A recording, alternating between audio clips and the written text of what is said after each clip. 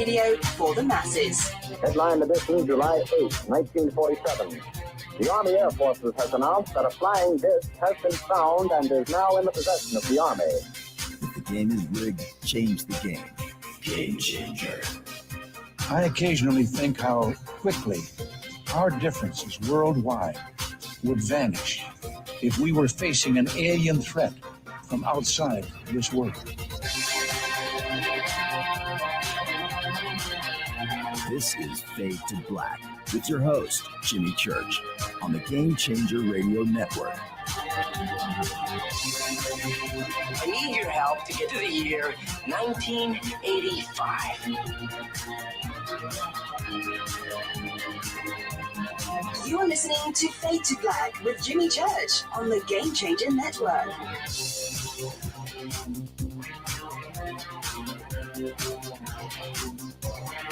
Good evening, Fade to Black.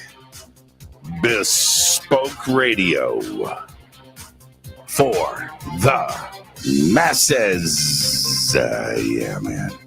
How you doing? Today's Tuesday, May 24th, 2022.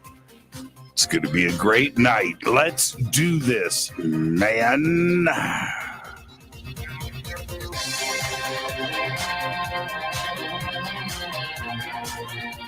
I would like to welcome everybody listening all around the world, all across the United States.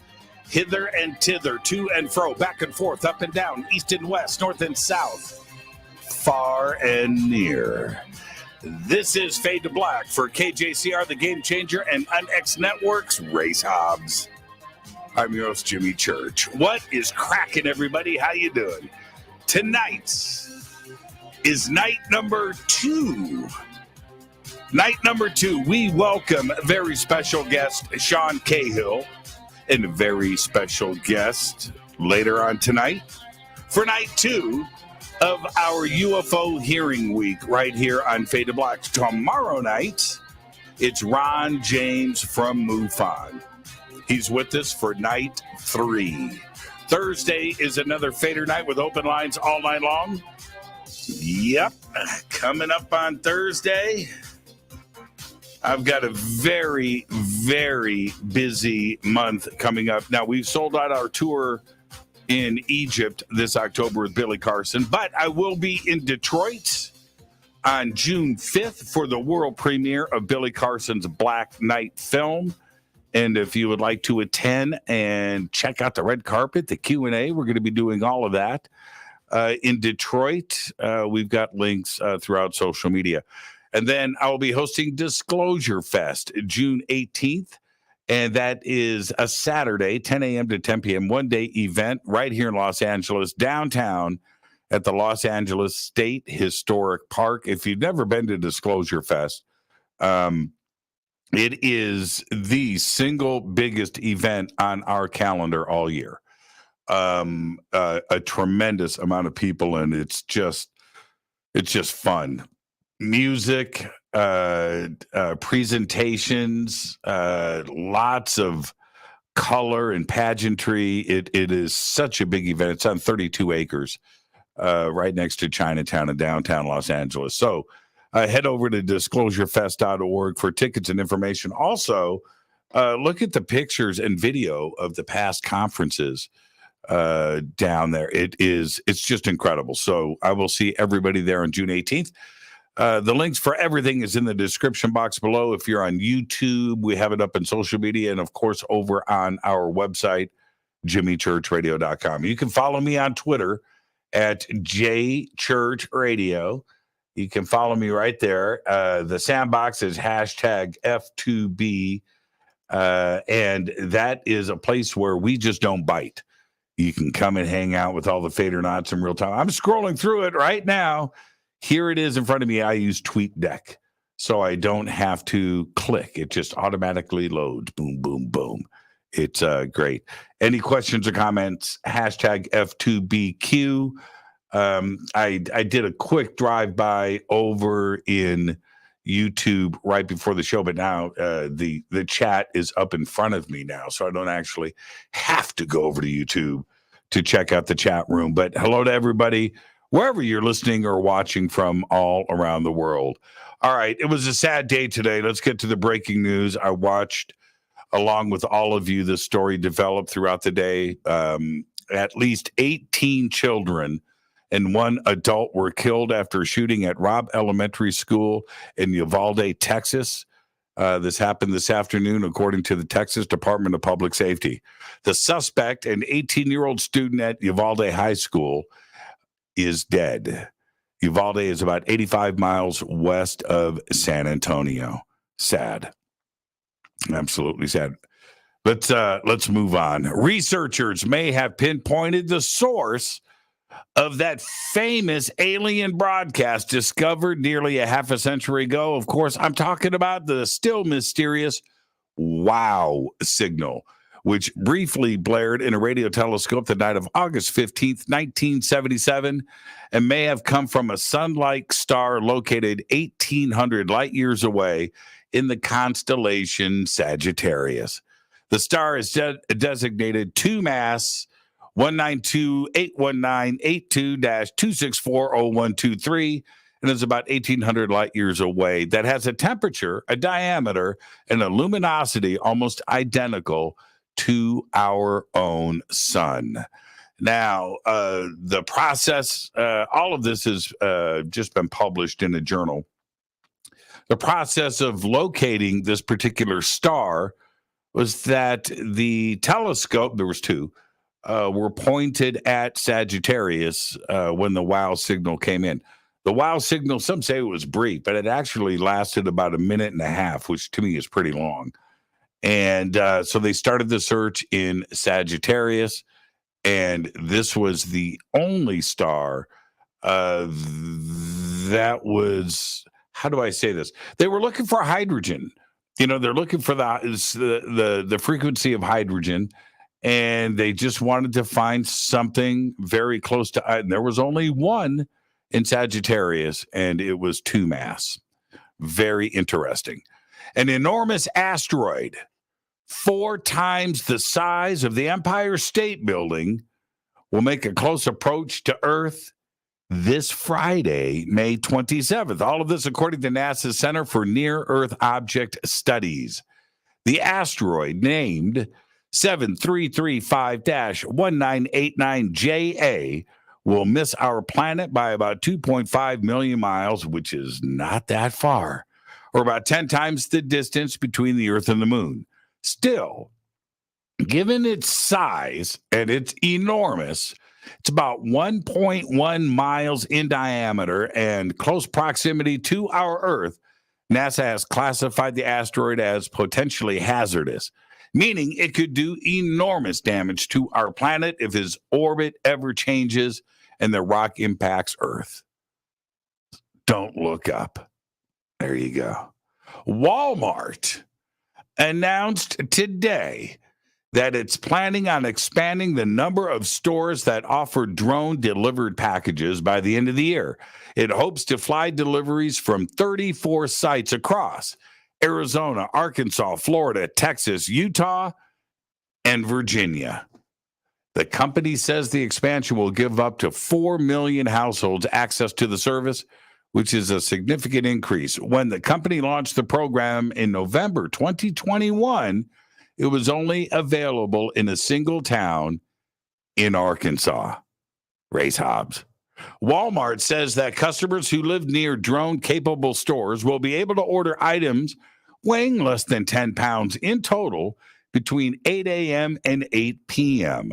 The deliveries, which cost $3.99, are done via a drone operated by a company called Drone Up. Not Grown Up, Drone Up, which has a partnership, of course, with Walmart.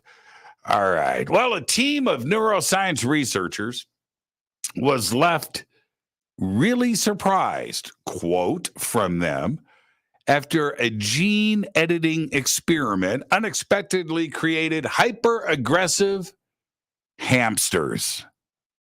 All of this, according to a statement by Georgia State University.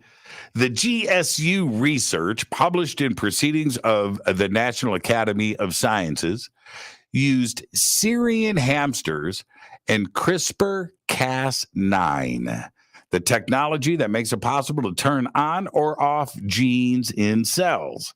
The technology knocked out a receptor of vasopressin, a hormone associated with enhanced aggression. So they turned it off, right? Makes sense. But the scientists anticipated that doing so would make them more peaceful. It did change their behavior, though, but not how they expected. Instead, the gene-edited hamsters displayed high levels of aggression. That's right. Food fight, flipped over tables. It was nasty. Let's get the show cracking on this day in history. 1844. Samuel Morse, that's right, Morse code. Samuel Morse demonstrates the telegraph with the message, quote, "What hath God wrought?" End quote. Fader fact. In 1972, I love Fader facts, and this is why. In 1972, Jean Boulet set the world record for the highest altitude reached in a helicopter, 40,280 feet. During his descent, his engines failed, setting another record for the highest unpowered helicopter crash landing. And that, I'm not making this up, that is your Fader fact. Tonight, we welcome very special guest Sean Cahill. He is here. We've got a very special guest we're bringing on at the top of the hour. Tomorrow night, Ron James from MUFON is with us for night 3 of our UFO Hearing Week right here on Fade to Black. Thursday's another Fader night with open lines all night long. Now, it's time for me to hit this River Moon coffee.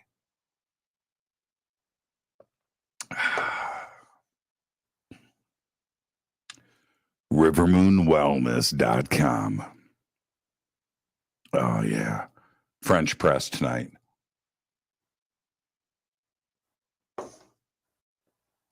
Kaz, is that Jean Boulet?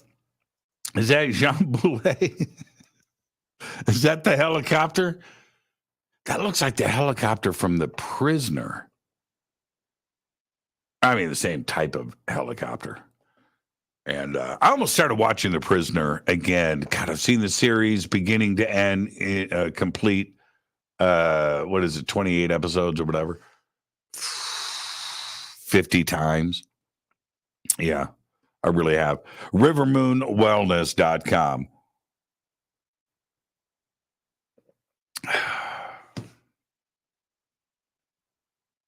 So, last year, at a conference, I gave a little speech. And it's a speech that, a statement which most don't want to hear, but they agreed to every word of it. In that, I would say most in our community, blinders on. And yeah, I'm trying to change that. I have a very open mind about things, and I'm very inquisitive, but I'm also a realist. And I have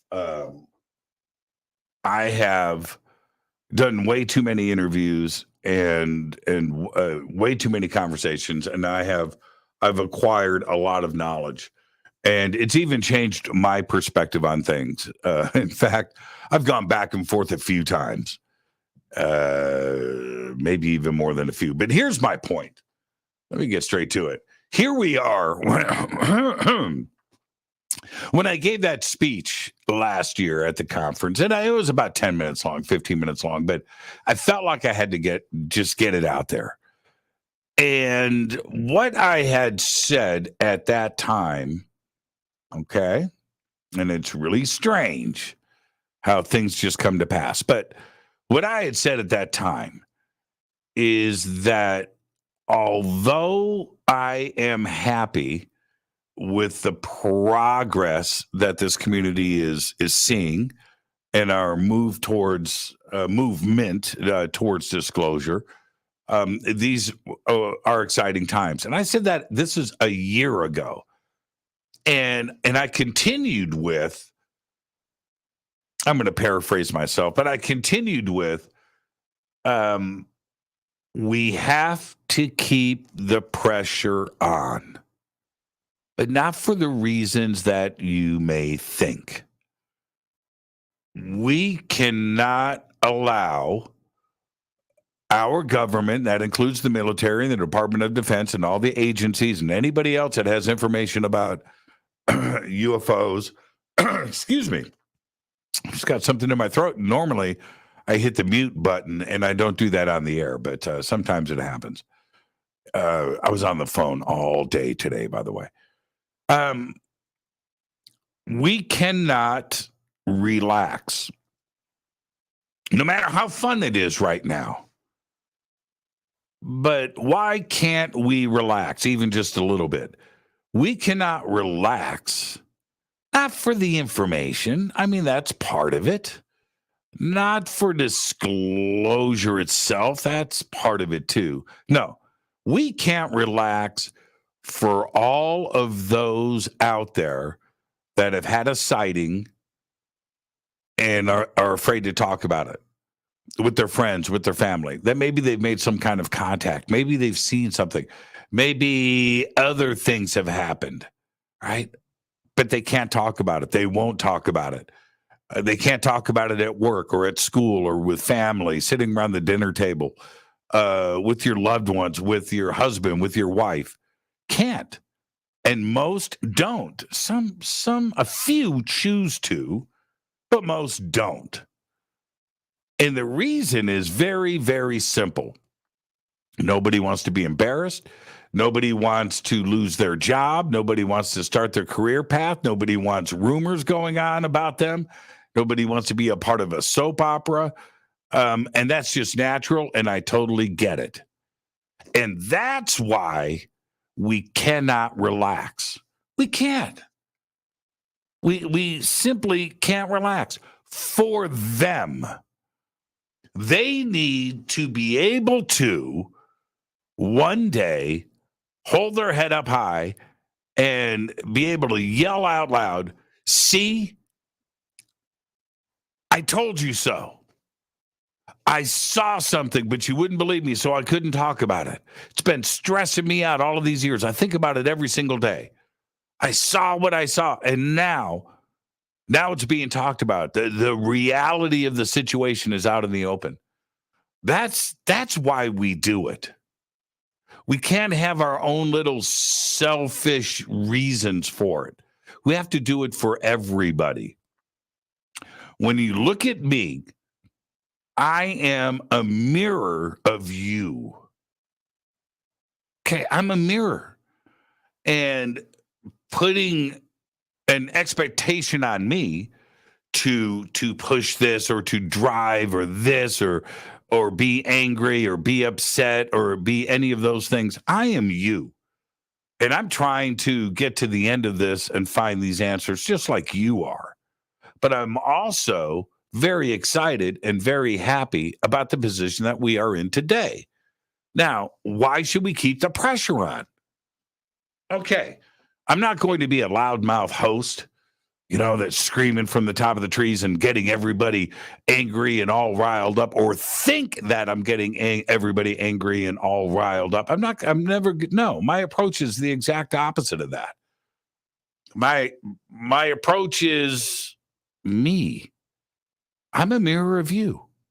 I'm trying to get through this and trying to get to these answers. But here's the deal. If we do relax, then the man relaxes. And we can't allow that to happen. Is the movement that we have been having, is it because there is some pressure? Absolutely. And that pressure continues. And I had said last year at the conference, I said something pretty gnarly, But in retrospect, I really meant it. And I said, we need to keep our foot on the neck of the man, right? In that we can't let him get away. We can't let him think that it's okay, that it's all over and that the smoke is cleared and they can just go on doing what they've been doing. No, we can't allow that to happen. And now here's the other part to all of this. I said those words last year. I didn't say these words after the hearing. That was last week on May 17th. I didn't use those words like now. I said this a year ago. And here we are today. The fact that the hearing happened, and there will be more, is because of pressure. But pressure applied the correct way.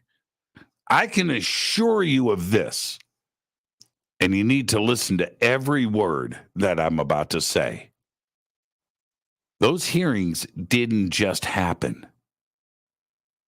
Those hearings are moves on a chessboard in the background that are complicated, that are thought out. You've got opposing forces pushing up against each other, and you have to make your move, and they're going to make another move, and then this, and back and forth, very strategically played out. And the community doesn't know any of this. The community just wants this now. Why can't this happen now? It can't. It can't. But strategically, we have to keep the pressure on. And there are people doing that, doing just that. Now, here's the deal. With everything that is happening, there is going to be those in our community that are going to say, it's not enough. It was bogus. There was nothing there, right? Well, that approach is somebody's opinion, and that's fine. But the truth is, it happened. The UFO hearing took place on May 17th, 6 a.m. It happened. And that part, everybody that's in motion right now, they are the ones that are going to say, it wasn't enough. We need more. That is the view that we all have to have. It's not about saying it sucked. It's about saying that's great, that's cool, it's a good first start, but it wasn't enough. We need more. And we just learned from this. So now we have to do this with videos. We have to do this with presentations. We have to do this with witnesses. We have to do this with evidence and the investigation on incidents. And we have to bring different elements forward. We have to bring science into play. That's what you do. And strategically, you move this forward. None of this is going to happen overnight. The fact that it happened last Tuesday was extraordinary. And that's why we keep the pressure on. We do it for the members of this community so that they can hold their head high, so people can talk about this now out in the open without ridicule. I'm not speaking specifically about the witnesses. Yeah, they're included in this, but there is everybody else. When I say I am a mirror of you, I had those same challenges as a talk show host, speaking to the largest audience of this community. I had to make a choice. Do I talk about my UFO sightings? Do I talk about whatever, ghosts? Do I talk about these things? My own experiences? What's going to happen? Am I going to get brought down? Am I going to be brought into a soap opera? Am I going to be made fun of? Am I going to not be taken serious? I'm up against it as well. I chose to speak about my experiences and my sightings. in support of not only the community, but for everybody out there. I'm talking about the community that was standing around me at that time, but the rest of the community too. And that they can call into this show, share their experiences because they know I'm going to listen. And that's where we are today. These are very, very exciting times. I am now in a position that I want you to share with me. We're not in a year to year. Is this going to be the year? Is this going to be the year? I think we are now in a week to week position. Week to week. Something could happen next week and the week after and the week after that. I think the door is open. It's not cracked. I think the door is swung wide open. And right now, there are important people working on this. One of those guests, or one of those people is my guest tonight, Sean Cahill, who absolutely is in a position to make change. And that's our show tonight. Sean Cahill is with us. Now, I will say this really quick. Lou Elizondo is traveling. He's on a plane as I speak to you right now. And he had to cancel. He's never canceled on this show. But he sends his well wishes to all of you. He wishes that he could be here tonight. Obviously, we planned this show out for a while, and we are very excited, but he's busy. He is doing things. So at the top of the hour, we'll be bringing in Race Hobbs, and I want to get Race Hobbs' opinion about what is going on. And certainly Race is in a position as general manager of this network, but also an investigator for many, many years. And he's so respected by all of you. And Lou Elizondo's shoes are big. And who fills them? Well, you need the big man himself. You need Race Hobbs. So he's going to be with us at the top of the hour. When I come back after this short break, we'll be joined with Sean Cahill. I'm your host, Jimmy Church. This is Fade to Black. These are the most exciting times in the history of not only ufology, but maybe of planet Earth. That's right. This is Fade to Black on the Game Changer and UnX networks. This is night 2 of UFO Week here on Fade to Black. I'll be right back after this short break. Stay with us.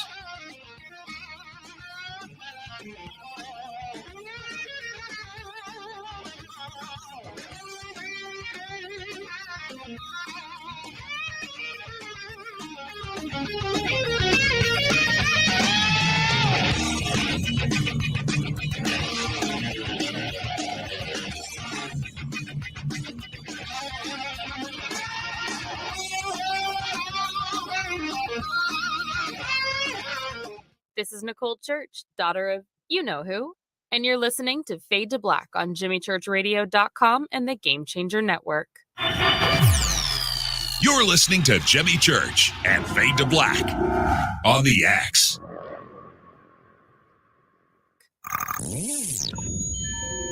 You're listening to Jimmy Church, Fade to Black.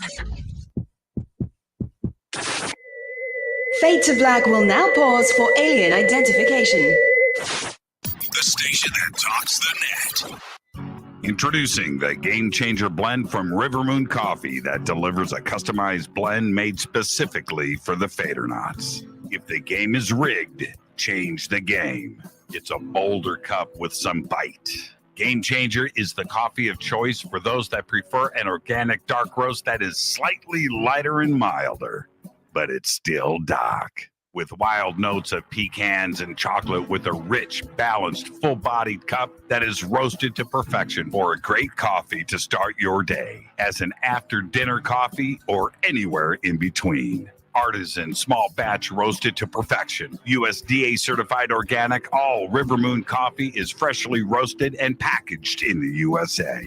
Just go to rivermooncoffee.com or click on the banners over on our site and use the promo code F2BBLEND for 15% off of your order today. rivermooncoffee.com. This is the only way forward. This is Fade to Black. Make contact. This is Jimmy Church of Fade to Black, and you can get our podcast for just $2 per month. All you have to do is click on the podcast banner over at jimmychurchradio.com. Do you have an interest in the paranormal? Then you'll love the unxnetwork.com.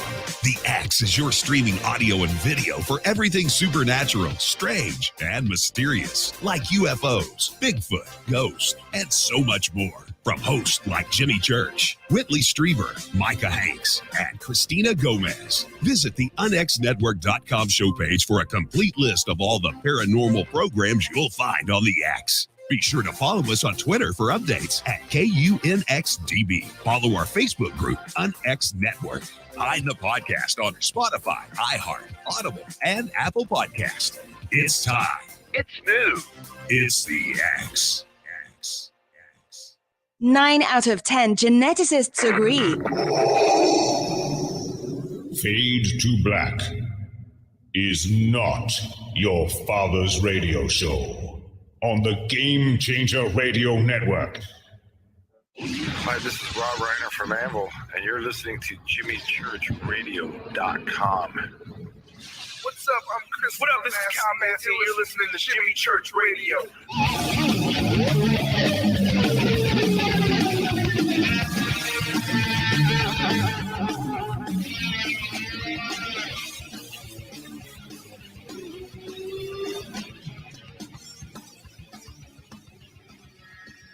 All right, welcome back. Fade.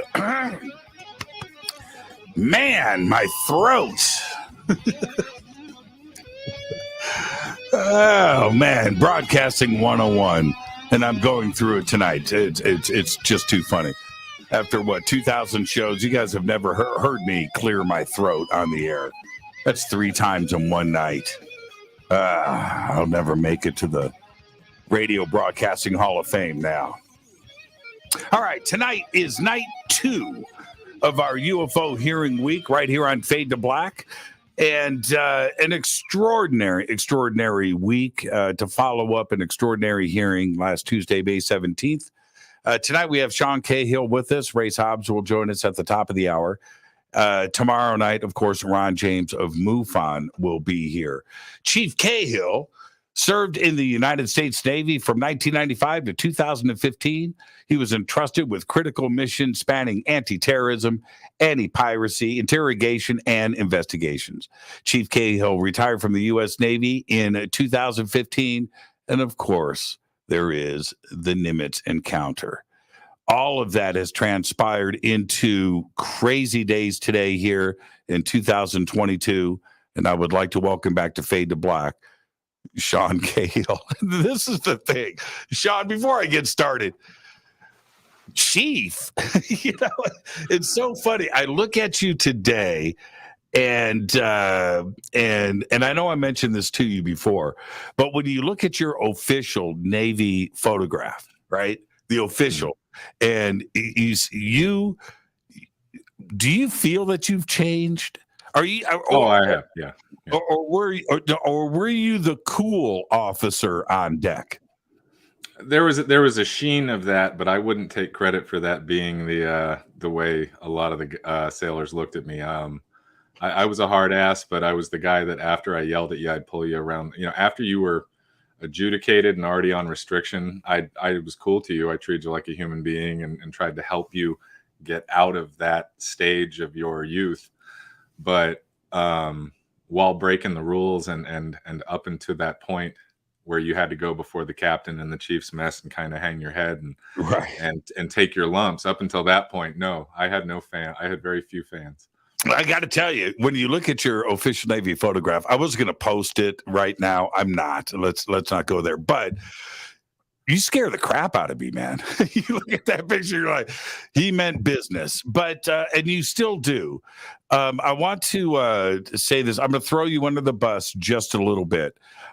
In this transition, something extraordinary happened between the two of us earlier tonight, in that you showed me your recording studio.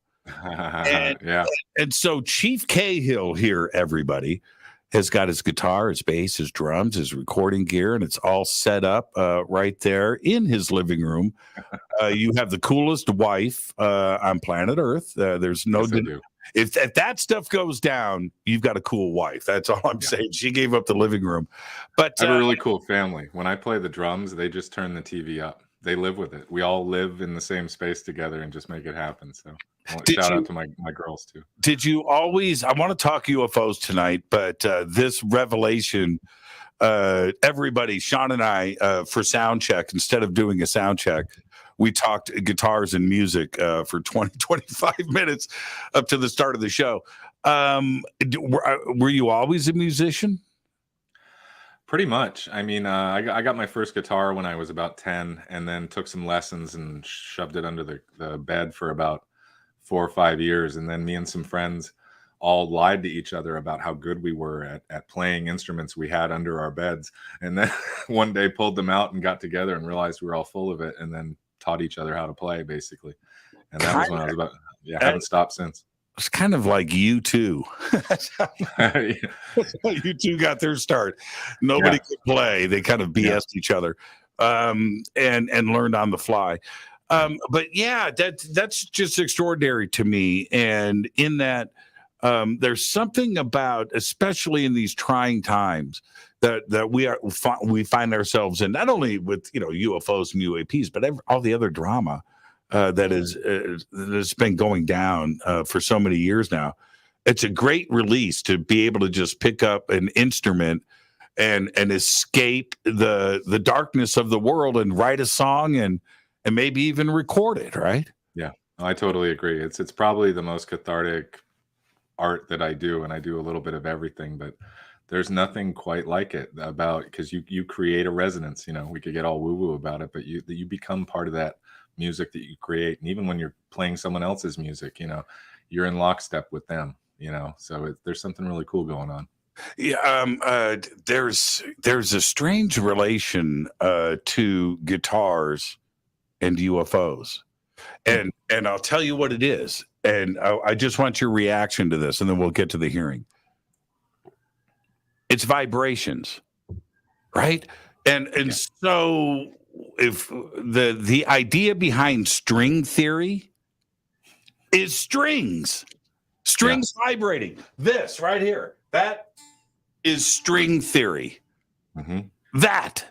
Yeah. And so can it be, not everything, but can it be that some of the phenomena that we witness and see with our own eyes or on technical Navy radar sensor detection equipment is something that's coming in on our frequency at that vibration at that time from another dimension or a parallel world?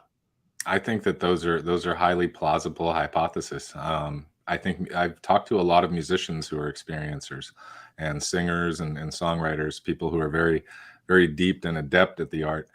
And there is something about people who resonate with something else very frequently, that there seems to be a different level of perception a little bit going on, that they're checking everything out a little bit different than the rest of us are, because they're used to, see, these are all going to sound like woo-woo terms, but they're used to vibing with something. They're used to resonating and harmonizing. And so they find that resonance and harmony elsewhere. I think it's all a very interesting and frankly charming hypothesis. Yeah. Yeah. Well, there's woo-woo. There's even woo-woo I don't go into, right? Okay, so let's but I enjoy it. I enjoy the conversation. But there's also the woo-woo of physics, man. There's the woo-woo of science, where we're talking about string theory and 11 dimensions and entanglement and the multiverse and folding space and time and relativity and all. There's a serious woo-woo to physics that applies right back into the crazy woo-woo of this community. And soon the two may meet. Yeah, I mean, for a long time, there's been kind of an embargo on that level of science, where the only people that we really wanted to hear it from was the actual quantum physicists, and the Stephen Hawkings and the other science communicators. But at this point, the generalists need to get into the conversation, because the people that were focused in those areas were like, once the generalists would say, well, doesn't that scale to this, and doesn't that extrapolate out and mean this, they would say, oh no, you can't get there from here. The energy levels are way too high. Just go home. And we can see that as our technology grows and everything, that our energy levels grow. And so more and more of the universe becomes available to us. So I think that we are headed for something new. I think people are starting to put the esoteric and the let's call it exotic if we're talking about technology, but those two things together a little bit. And there's a great deal of crossover that's going to happen, I think. Now, let's get to the hearing. There's so much to unpack here. And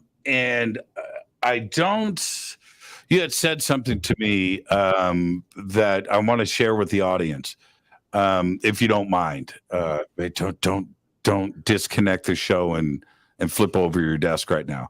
But you had said to me a very, very relative important point that the audience needs to hear. You said, Jimmy, I'm not a pundit. I don't want to come on the show and just free form opinions. Like, no, that's not what I do. Right. Okay.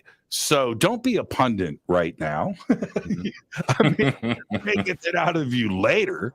But what would you, now that we have the hearing behind us, literally, right, a week ago today, what would you have done different with the hearing? Well, where are you putting me in this process? Are you saying just as myself, what would I have done differently in hindsight? Or what would I have done if I had the keys to run the show? What did you tell yourself that you would have done different? Because I know you said something. I don't remember what that was. So you're going to have to call me on the carpet on this one.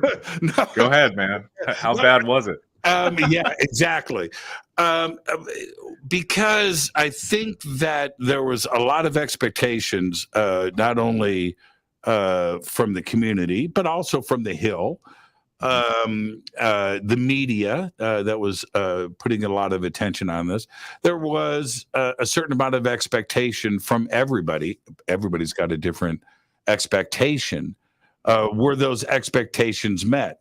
Versus the planning of the hearing before May 17th, and then the hearing takes place. Of course, it's gonna organically do what it's going to do. Did it go as expected? It's funny, and I'm going to try real hard not to be a pundit, but the way you asked that's kind of hard. I think it did go as expected, but again, that depends on perception. Mm-hmm. For me, it went as expected because I think I was looking at a very realistic and pragmatic understanding of what was going on. The UAPTF was two guys in a room who were not picked because they were UFO experts by any way, shape, or form. And they were put into a room, and then they started making phone calls and sending emails and going to lunch or doing whatever it takes to carry out their tasking. And their tasking was to collect data and really to give Congress a picture of what has and is going on, past, present, and possible future. But people got to understand, they think that suddenly these guys were going to be running around with this huge task force like a the Capone movie where they went and got him, kicking in doors and taking files away and stuff like that. But no, it was phone calls, it was emails, it was lunches, and it was just those two guys. So I understood, and a lot of other people that I work with understood, and that we had to manage our expectations. These guys were not going to be uncovering any great mysteries in front of Congress on those days. But I have to say, we got real lucky because some of the congressmen and representatives some of them were very well educated on this subject. Some of them did their regular congressional due diligence. We've seen 1,000 times on C-SPAN, and they're just waiting to get the next thing on the docket. But Congressman Tim Burchett, Representative Mike Gallagher, they got to the bare bones of some of this stuff, and we saw the Wilson document admitted into evidence. Now, if I had come on your show a year ago, and I'm not taking credit for this, I'm not saying that we did that.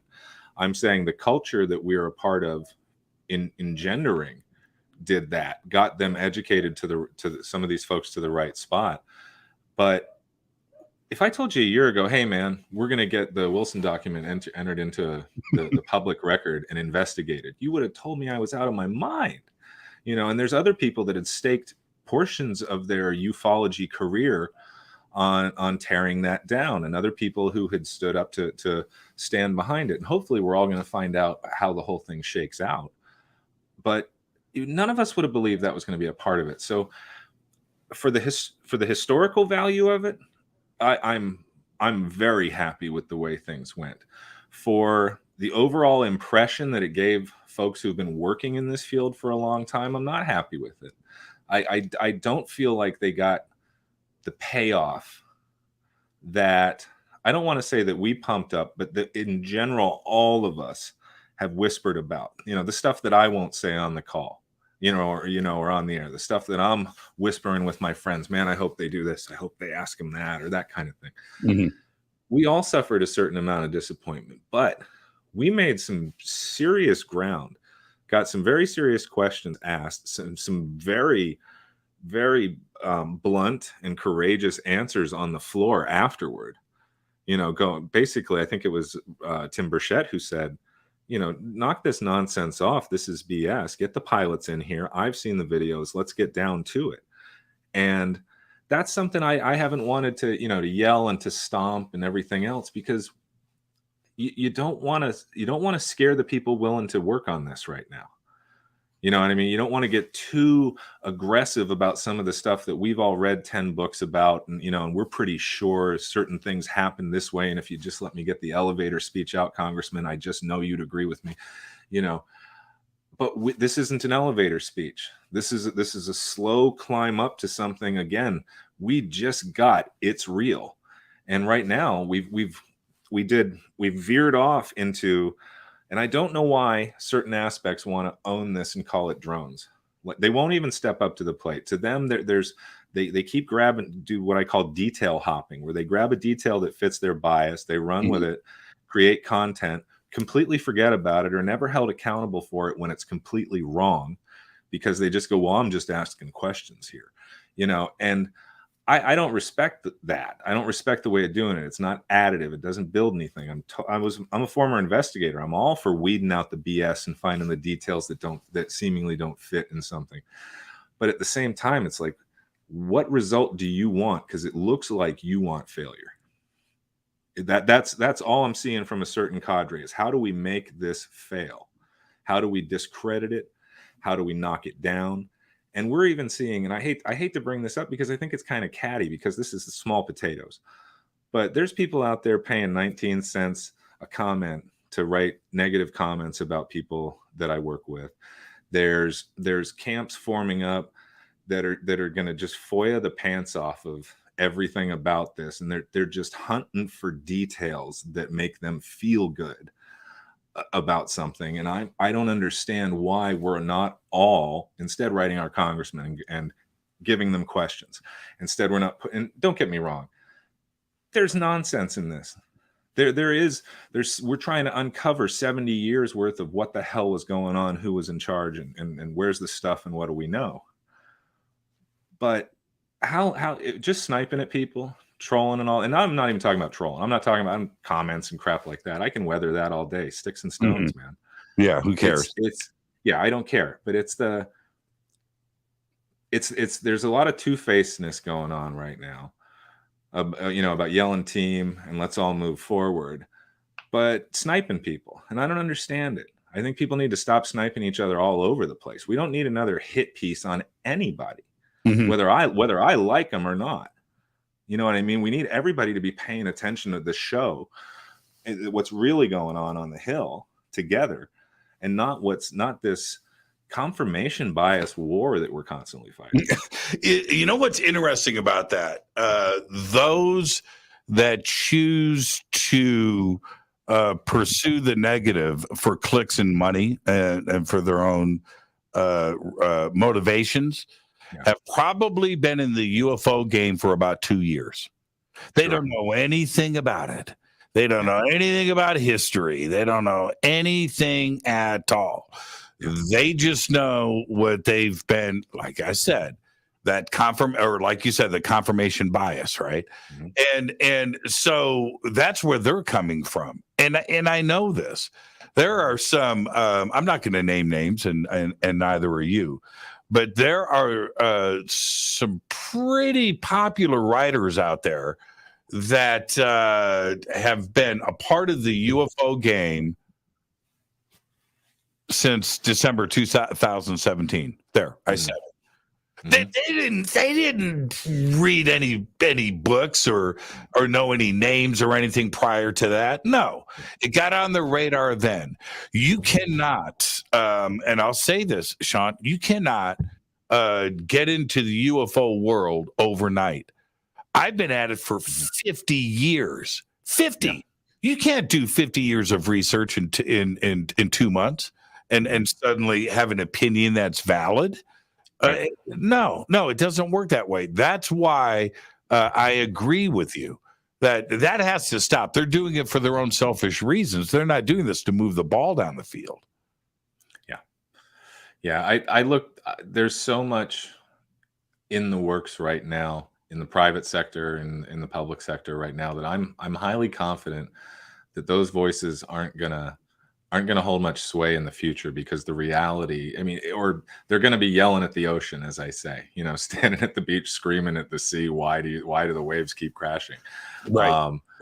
So I'm not too worried about it, but it takes us away from I think making even more solid progress. You know what I mean? Because like you and I, like we talked about the last time when we talked before the show, we didn't have perfect opinions of each other. We hadn't met yet. You know what I mean? But once you get a chance to humanize each other and see who you are and see what you're about, the differences fall to the wayside, I think. And I think we can apply a heck of a lot more to that, to this subject, to our culture and everything else. But I'll get off my soapbox. But you're right about that. You're right about that. You and I'm going to get back to Tim Burchett. He's my new hero, by the way. Him and Representative Welch just came out of nowhere too. But after Sean's appearance on the show a couple of months ago, Sean and I stayed up till midnight. Yeah. We stayed up for another 2 hours until his wife came in and said, "Okay, enough's enough, kids." But we talked for another 2 hours about everything except for UFOs and Lou Elizondo. Yeah, pretty much. Yeah. We talked about everything else. Now, back to Tim Burchett. Tim Burchett post-conference, post-hearing, I should say, let something slip that, it was intentional, but he let it slip. He said this. He said, the cover-up by our government has to end.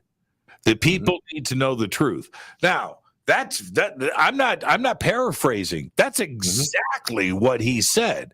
The government, our government's cover-up on this has to end. The people need to know the truth. That is an extraordinary statement, and it didn't even happen during the hearing. Yeah. No, it was very bold. In most cases, I am an apologist for the word government, where I tell people there is no big G government to point at and all this. But in this case, it's the correct word to use, because we're talking about accountability. And everybody in that room, well, not everybody in that room at the hearing, but a lot of people in that room know that this doesn't just extend out to the purview of the UAPTF. And the members of the UAPTF know from acknowledging Blue Book is now, once again in the public eye and on the record that occurred. They understand that there's more to this. It's not just the last couple of years. It's not just Tic Tac and Gimbal. It's 70 years plus worth of very relevant information. So how do we get from this spot right now where it's flashed? A lot of people are interested, and we do have momentum. We have scheduled things. It wasn't just like we had the hearing, this is all going away. Right. The hearing was new. The hearing was like a cookie given to all of us in the middle of something that we all thought was going to be relatively unknown, where we were going to get piecemealed out information and things like that. This has become pretty real really quick. And the amount of information that was requested after that hearing, let me put it that way, from the staffers, the folks in and around the Hill, the people that are the journalists, the people that are on the sidelines of this, the amount of requests for education material, for relevant timelines, trustworthy, data, and what's a good book to read, frankly, and that kind of thing, they came pouring in. So since that hearing, a lot of people, while I agree with you, can't become, UFO personalities that are gonna take the world by storm overnight. These people are trying to become UFO experts, and what they do for a living is become experts in a specific area of study for a short period of time, apply Right. their whole acumen to it, solve the problem, and move on and become experts at something else. So I think this is going to be pretty darn interesting. The other part to this, I've got 2 minutes before the break, and of course we'll pick up when we come back, and Race is going to join us. Is that nobody should be happy, right? Not Andre Carson, not Sean Cahill. We're right? not done. Not Chris Mellon, right? You can't just back off of this and go, well, okay, cool, that was great. Because then there is a second hearing, right? That has to be the attitude, not only amongst yourselves and Washington, but the entire community. We appreciate it happening, but we need more. This is just a start. That's the attitude we should have, right? Oh, I totally agree. Taking this now and just calling it a win and going home is like accepting a pizza for 10 hours of overtime and sucking it up. No, pay me, man. Right. Come back with the answers. Time and a half, by the way. Oh, man. Yeah. Sean's going to be here all week. Tip the waitresses. Try the veal. This is going to be a great conversation tonight. I know that you've got a very busy week in front of you, Sean. We appreciate all of your efforts, and of course, for you taking the time tonight. We know that I announced earlier that Lou is flying. He sent his best wishes, to us and the audience. But he's out there getting it done, isn't he? Yes, he is. He's not here because he's doing what you hope he's doing. Oh, man, I want to be Lou. I want to be Lou. No, you don't. No, you don't. Let's take our break right here. Our guest tonight, Sean Cahill. When we come back, we will be joined by the general manager of KUNX, Race Hobbs. I'm your host, Jimmy Church. Stay with us. We will be right back after this short break. This is Fade to Black.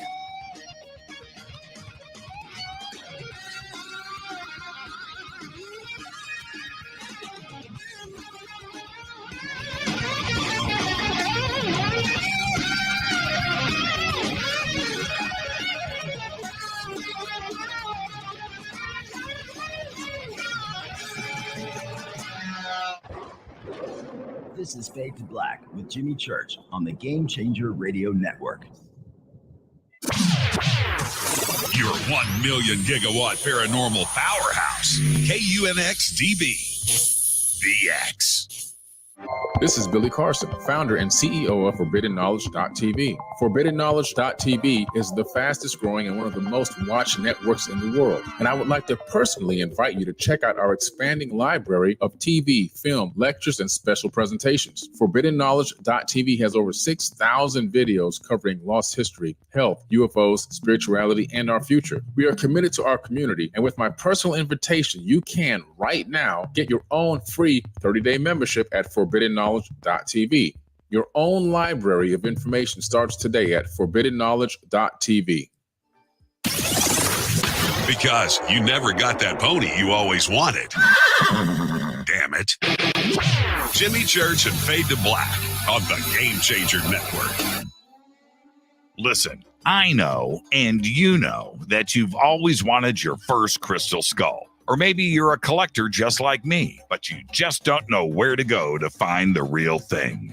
Then I met Carolyn Ford over at EinsteinTheCrystalSkull.com. Carolyn is the guardian of Einstein, one of the most respected ancient crystal skulls in the world. All of her unique skulls have been imprinted sitting with Einstein in his sacred lodge and are carved from the finest gemstone and materials. Imprinting is the process of receiving the ancient wisdom from the master skull or master computer.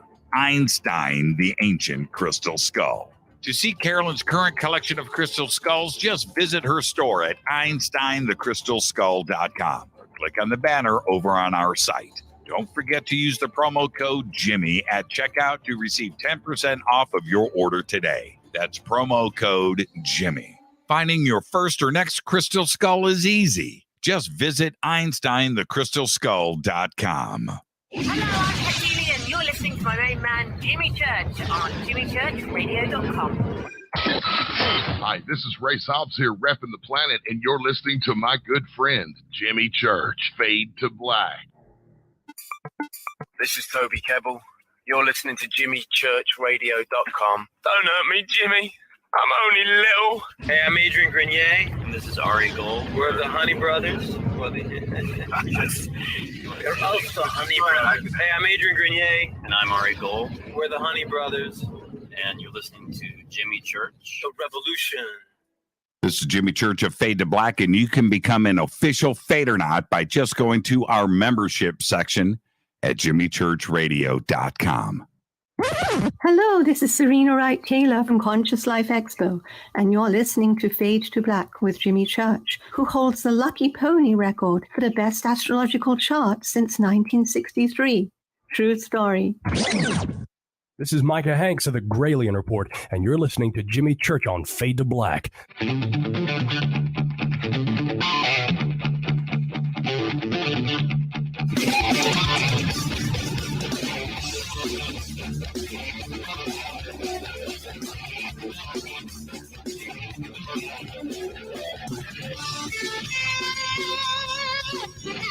Welcome back. I am your host, Jimmy Church. Tonight, night 2. It's the cream in my coffee, folks. I got too much cream in the coffee. Should be drinking it black. Tonight is night 2 of our UFO Hearing Week here on Fade to Black, and our guest tonight is Sean Cahill. And the thing is, Sean, is that I wish everybody could see our private chat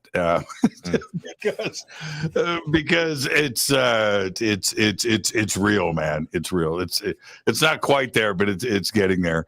But this is an extraordinary week, and I felt that I'm going to bring in Ray's. I felt that immediately after the hearing, I told myself the hearing is over. The real story starts now. We need to unpack this. We need to take a look at it. There is going to be some considerations, not only from Washington, D.C., but which includes everything. That's the agencies and the Department of Defense and, of course, Congress and the Senate. All of these things are going to come into play, but there are discussions that are going to happen after this. And in many ways, I feel that this week was probably more exciting than last Tuesday. How do you feel about that? To an extent, I would say that this week was probably more exciting in the staff rooms and board rooms and on the Zooms for sure. There was a buzz going around. A lot of people, frankly, I heard this from more than a few people. They felt like this must have been what it was like during the moon landing, except not the whole world was watching this time. Just a lot more people than usual, but and to a great extent, just the people who would have been interested otherwise. But that has just exploded exponentially. Can you do me a favor and very briefly explain your position in all of this, significant or insignificant? What is it that you do today in retirement? Well, a lot of people who have heard of our company Skyfort had a lot of questions about it, and we over the period of us about a year having that open, we did a lot of work. Now, what we did, when I say work, we didn't get paid for this stuff. It wasn't contracted. We weren't accepting donations or anything like that. It was 3 guys who were making phone calls, sending emails, and sitting in on Zooms. But you know that story about the kid who has the paperclip and he traded up to a house? Yes. It was kind of like that, but just with honesty and not trying to extend yourself beyond where you should be at the right time. Like I've told you when we talk offline, not hitting people with that elevator speech, not giving that manic, presentation of trying to convince them in a short amount of time this thing that you know in your heart. You got to start at ground level and start educating people. You, just like you said, none of us became UFO experts, whatever that means, overnight. You know what I mean? I started reading these books when I was 7. You know, the first one I had was crappy pictures of the Loch Ness Monster, and you know, yeah, we all know the same book. It was in the library for our generation. Yes. It's the same, you know, and that was an In Search Of with Leonard Nimoy and all that stuff. So we started somewhere, and then it extended over this lifetime. I mean, I'm about to turn 49 next week. And by the way, shout out to Dave Scott. Happy birthday to him today. Dave Scott. Dave Scott's birthday today. Dave Scott is 96 years old. Most people don't know that. And he looks pretty good. Happy birthday, Dave. Wow, I didn't know that. But we took our whole lives to learn about this stuff. So this week, like I said, you know, as the staffers are doing, there's a lot of people in the public that are just going, where do I turn to? What do I read? Where do I go first? So it was kind of like what's happening right now for all the people. We were doing it on a smaller scale. So to an extent, sometimes it was like, hi, my name's Sean Cahill. I was a witness at this event. You may have seen these things in recent news. I'd love to talk to you about these things. And if possible, you know, introduce you to Lou Elizondo, have a conversation. And a lot of that would just lead to a Zoom, and we would see if we had areas where we could help each other out, you know. And the thing was, at the end of that year, we did what we wanted to do, and we didn't want to taint this. We really looked at, and this is no offense to anybody, because I always say we're standing on the shoulders of giants here. Mm-hmm. But we looked at everybody who had worked their tail off to try to get done what's happening right now. And we just started boosting, shoving, you know what I mean? And helping where we could see people where somebody had a ship that could still sail. We helped rig the sails. We got in there and helped fix the tiller and bail the water out of the gunnel. But at the end of it, it was just, let's educate people. Let's tell them you can take this seriously. There's folks who are willing to stand next to you, you know, say that this is real. There's folks that we're willing to call more people. We're willing to, what would help you understand this better? Who do you need to talk to? And before you knew it, right. Sean, let me jump in for clarification. When you say you, are you referring to elected officials, representatives, senators? In some cases, yes. In some cases, staffers. In some cases, military leaders reaching out offline, off duty, right? Trying to learn more. These things, a lot of people assume that, you know, all these official things are happening. No, this was human beings socializing a concept, but people that were in positions where once that concept was understood to have validity, they were able to take action, or they were able to facilitate other people taking action or moving the ball, so to speak. How Race Hobbs is with us, Sean, and looking at the two of you here, I will say this: I think we need some DNA testing. I think somebody was separated at birth, but don't do Sean like that. Sean, by the way, it's nice to see you, meet you for the first time. It's a pleasure, and thank you for your service to our country. It was my pleasure to appreciate that. Immensely. Yeah, we are all thankful. Sean, with I'm going to move me over here. I want Sean out of the logo. I'll put the logo on my shiny head.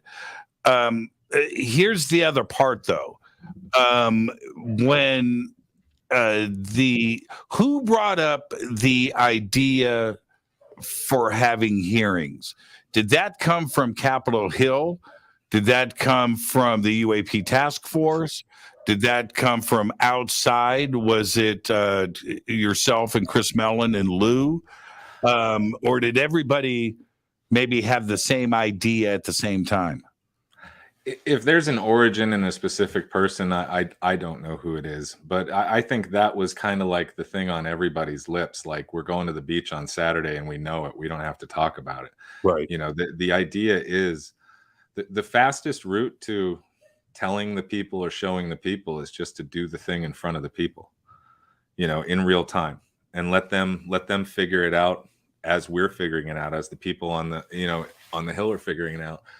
So if that has a single source, I don't know. But to me, that was what we all wanted. And just like right now, we'd all love to see Lou testify. We'd love to see Chris testify. We'd love to see Commander Fravor and Commander Dietrich testify. So I think it was unspoken, but that was a major win. The fact that came out of nowhere. Let's have a public hearing right now, because that sent a message that said, look, while this isn't the absolute pie in the sky disclosure so many people want it all wrapped up in one quick package, we just did it in front of you, and it's not piecemeal. We're calling for more. It wasn't a cutout. It wasn't a dog and pony show like everybody, all the folks who didn't even watch it like to pop up in comments everywhere. Never trust the government. It's a dog and pony show. Okay, great. That's so much progress we made with that. We're getting there. We have more coming. So I'm really not listening to the naysayers anymore. I've really tuned them out. You have to. I mean, I don't like blinders, but there are sometimes when you need the extended extra large blinder. Yeah. I'm not a fan of them, but sometimes I put them on myself. Race, you've been investigating UFOs. You've been part of the media for a couple of decades now dealing with this subject. Last Tuesday was a pretty big day by anybody's measure. What's your take now? How do you feel a week later? I love Sean's optimistic view, and I think that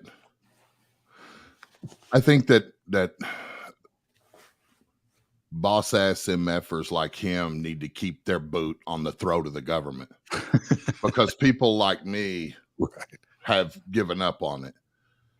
Someone like me, when I say I've been in it 30 years, it's not, I wasn't reading, Scooby-Doo books and watching them chase monsters and shit. And that was the beginning of my days. When I say I was in it 30 years ago, I was moving and I was doing things and I was active in it, and I was writing letters and reading books and running down leads and investigating cases and researching history and compiling, file cabinets full of notes and collecting newsletters and correspondence and just everything you could do. And in my day, and interviewing military, interviewing and writing to government officials, to astronauts, you name it. I know the military industrial complex is never, just get used to this right here, because I'm only going to be on this earth so long, and you can take it to the bank while I'm still here. And if I'm wrong, hold me to it. But they are never going to turn loose of anything turn loose of anything close to ways and means and methods. They're not going to do it, because what they're in the business of is keeping us all safe. And if it means that they have to have an edge, they're going to do whatever it takes to get that edge. And I'm all for it. Because we came really close in World War II. And those guys that were in the know, the Manhattan Projects and all the other things that went on that we still probably don't know about, they had the edge, and somehow they pulled it off in time to where the free world came out on top. And I'm sure they all made pacts that they were never going to let that happen again. And I hope that, when presidents have been told that they don't have a need to know, when the highest elected chair in public office is not able to be read in, if that's true, then it's going to take the entire Congress and the entire Senate to put that kind of pressure on those that have the information, that we know have the information. These guys right here, they weren't looking at a flock of seagulls. You know, they know what they saw. They know what they experienced. And it's not just them. There's hundreds of them, maybe thousands. It's not just a U.S. thing. It's a worldwide thing. And this hearing for someone like me, someone in my, in my place in all of this, I saw it as a joke. That little cell phone video they showed, I don't know who they were showing that for, but we know they've got way better stuff than that. Way better. Let me jump in. I just really think that they should have brought right a little more for those of us that are in the. But you got to start somewhere. You do. But Race, that's a great point. Sean, let's talk about that video for a second. Was that video a mistake to bring forward, or was it that they weren't prepared? Maybe the video was fine, but they didn't present it the right way.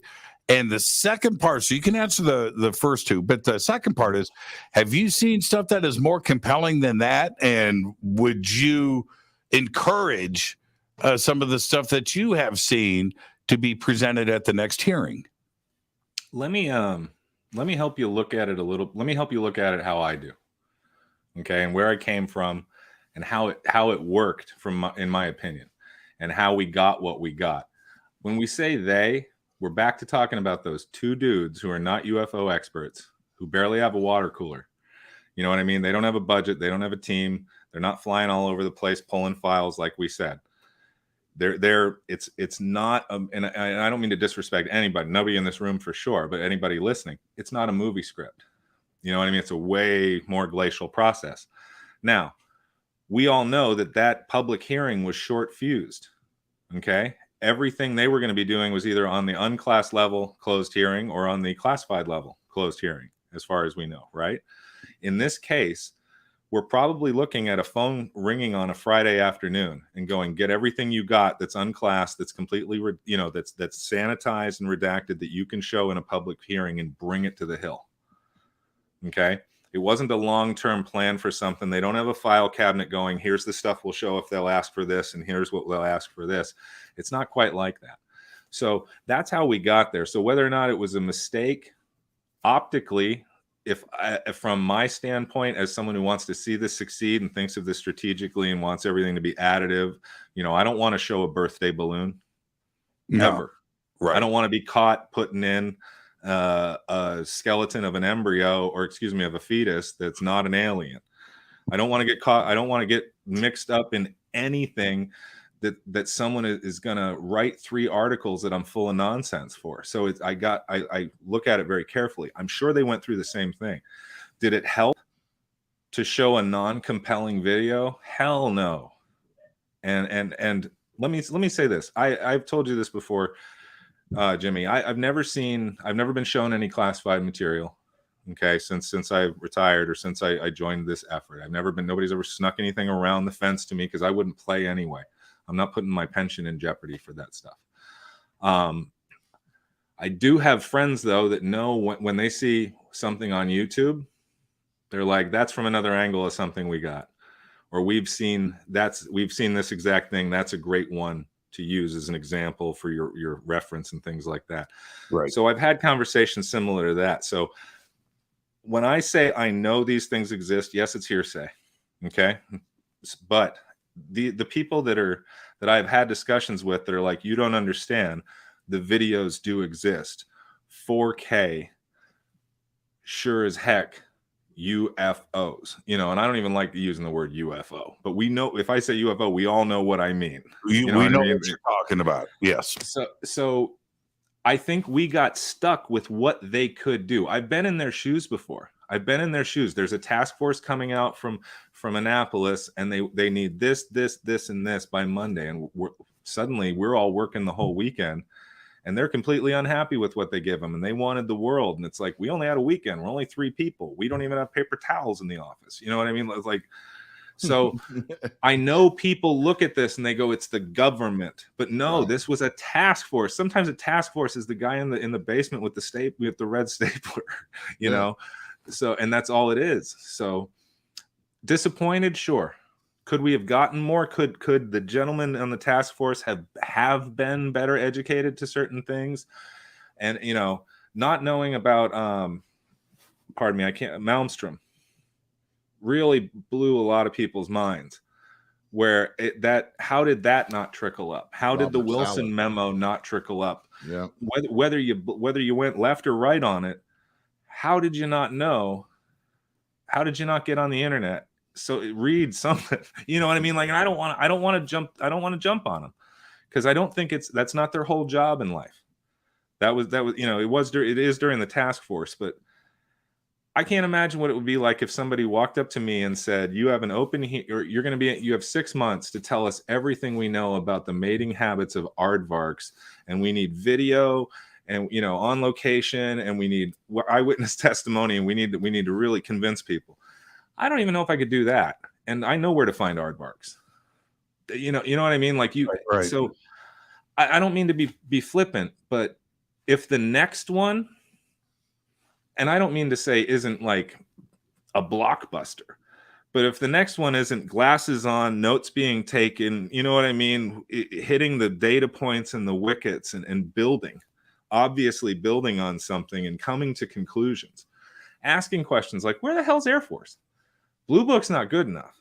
You don't get to slide in your 8th grade book report for your dissertation.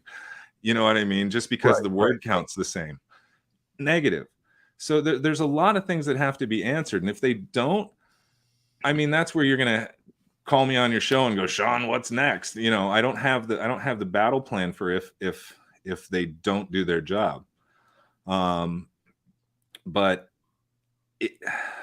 now, okay. I like the way that you were a little hesitant to say UFO, but UFO has a clear understanding. You don't have to explain it.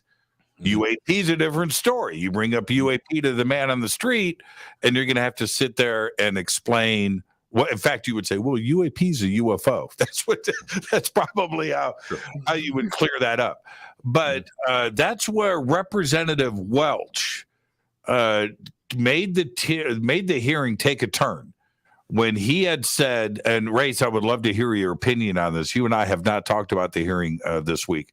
But Sean, Representative Welch said, okay, this hearing is about extraterrestrials visiting Earth. When he said that, I sat forward and went, no, he didn't. You know, and he said, when are we going to talk about ET? And he forced the hearing to go into another direction. And it was interesting to hear Bray and Moultrie attempt to dance on an answer. And then Representative Welch came back with, okay, all right, well, are you going to tell us about extraterrestrials in the classified portion of this afternoon? Now, that's what the committee was expecting this hearing to be based on, UFOs. Right. And I'm not playing around with my thoughts here. I'm saying this in a very direct form. Is that what Representative Welch said? Yeah, it's a good question as to what. I hate to say this because I'm a blunt person. I usually say what I mean. And if I'm using metaphor, I'll from the hip. I'll help you get there.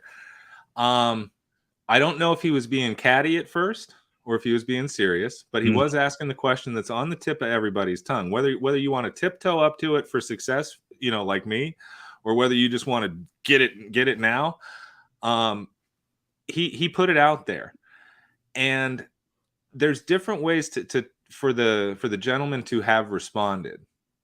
Okay, and the right way to respond from a military standpoint, because I would have asked something like, why are we constantly classifying these as drones? You know, why are we giving a perception that they are one thing when we have no idea as the origin, the manufacturer, the pilot, the control? So why are we assigning them to that first, gentlemen? And secondly, we all know we're talking about UFOs in this room. So why aren't you referring to UFOs? Why do you keep referring to drone incursions and training areas and things like that? And those are the right questions. And now they have two ways to go with that. Either we're going to see how they respond and what they say and know that's for the closed session, which frankly would be telling us something. And I think that's what we should expect it to, how we should expect it to go. But there was a really pragmatic way for them to answer that, and they chose not to. They could have said simply because our paperwork and our reporting systems don't have a block for UFO. Maybe they will when the UAPTF is finished putting everything in. But right now they only have blocks for aircraft, types that we're aware of. And the other portion is still, whether we've destigmatized or not, we don't have a slew of reports that say UFO on them. And so they may be going with they could have said they were just going with a general classification. They didn't choose that route. So I think that we should, this is where we lean into stuff that we've heard Lou say. This is not China. This is not Russia. We have not been able to identify a terrestrial adversary. That's why these are still called unidentified. I'm not going to stand on the hot seat and say it's aliens because I don't have one in the back room to, bring out for the interview and prove it. But come on, man, whatever that word means to you. Okay. And I don't mean it in any kind of disrespect. There's some people that don't like us using that word, but let's say non-human, okay, or non-terrestrial human. If it turns out we're dealing with jokers that look just like us from somewhere else, you know what I mean? Sure. I'm just throwing it out there, but that's what we're all talking about. None of us come to this circus tent because we want to hear about advanced aircraft, dude drones. Nobody gives a damn. Pardon me, Jimmy. I've got to take. Hang on, let me do this. First of all, what was the hearing's title? UFO hearing. It was on UFOs. Yeah, was it? Yeah. It's about UFOs. That's why we're all showing up. Okay. Yeah. What is the UFO definition of UFO? UFO is an unidentified flying object. Unidentified is not the key word. It's the last letter. Object. Phenomenon. Unidentified aerial phenomenon. That's a whole different definition. People aren't making that distinction. No, they're not making that distinction. UFO falls under UAP. It's just sure like USO falls under UAP. You know what I mean? All I'm saying, like the definition wise, you're absolutely right. But if that was called the UFO hearing, oh yeah. But if that was called I know I'm right, but an object is a definable thing. And the phenomenon is many things. In this world, when we've got technology that can be blended in to the very rare phenomena, sightings and experiences and events, that's what they're trying to do. We came to a UFO hearing and we took a slide way down into these things are probably foreign technology. Yeah, you're right about that. Here's one other thing, and I'm going to use Sean's words about tiptoeing around the subject. UAP, whatever. USO, whatever. Say whatever you want.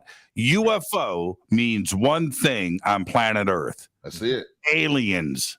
That's what that means. What people are okay. Well, a UFO. We're not far enough down the road to even worry about being politically correct yet. I don't think you're going to like this, but it is the job of the gentlemen that were on that stand in front of the cameras in their best dressed blues. Yes, giving their testimony. And let me tell you what, from his standpoint, a person born and bred on Mars that manufactured a spaceship there and brought it here is a foreign actor, is a foreign adversary. Yep. And that is the proper definition. So I'm not being cute here. He may very well have been talking about aliens, but he's like, man, I ain't saying aliens here. Because again, if you ain't got the body, if you ain't got the DNA and the video that's flawless and everything to bring and to prove it, anything, then I don't want to be that. We know what we're talking about. You know what I mean? Like I didn't on that, Sean. When I saw a big black triangle in the sky, I did not think that was my brothers from the ship coming to pick me up for a weekend. So let's take our break right here. This is Fade to Black. I am your host, Jimmy Church. Race, I'm gonna keep you over for one more segment, if that's okay. And well, I've got to clear that with Chief Officer Cahill. But let's do that right after the break. I am your host, Jimmy Church. This is Fade to Black, night 2 of our UFO hearing week. Our guest tonight is Sean Cahill. We've got Race Hobbs doing a drive-by. I'm your host, Jimmy Church.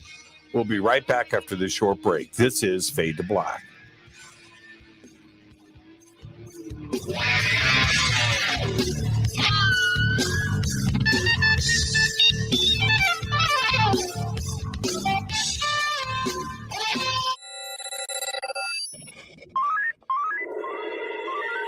Way out here, we listen to Jimmy Church. You're listening to Fade to Black. You're listening to Jimmy Church and Fade to Black on the X. ¿Qué tal, mis amigos? Yo soy Mario Carson, el tiburón, y los invito para que escuchen a mi buen amigo Jimmy Church Radio. ¡Claro que sí!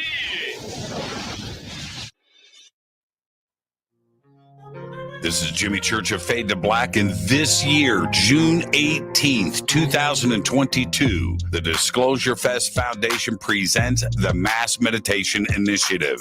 It's Saturday, June 18th from 10 a.m. to 10 p.m., one day only at the Los Angeles State Historic Park in downtown Los Angeles, California, right next to Chinatown.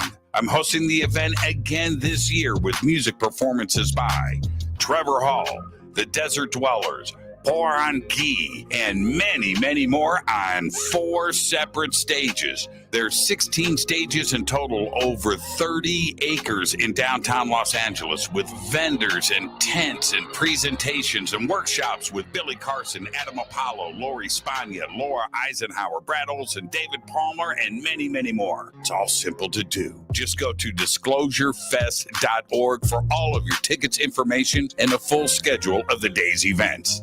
Again, disclosurefest.org. Do you want to be an official Fade or not? Of course you do. This is Jimmy Church of Fade to Black. Just go to our membership section at jimmychurchradio.com. Fadernauts, when you think about the future of our country and where we're headed, do you wonder about the food supply? I do. Disruptions in the food supply chain could be disastrous, and they usually occur with little warning.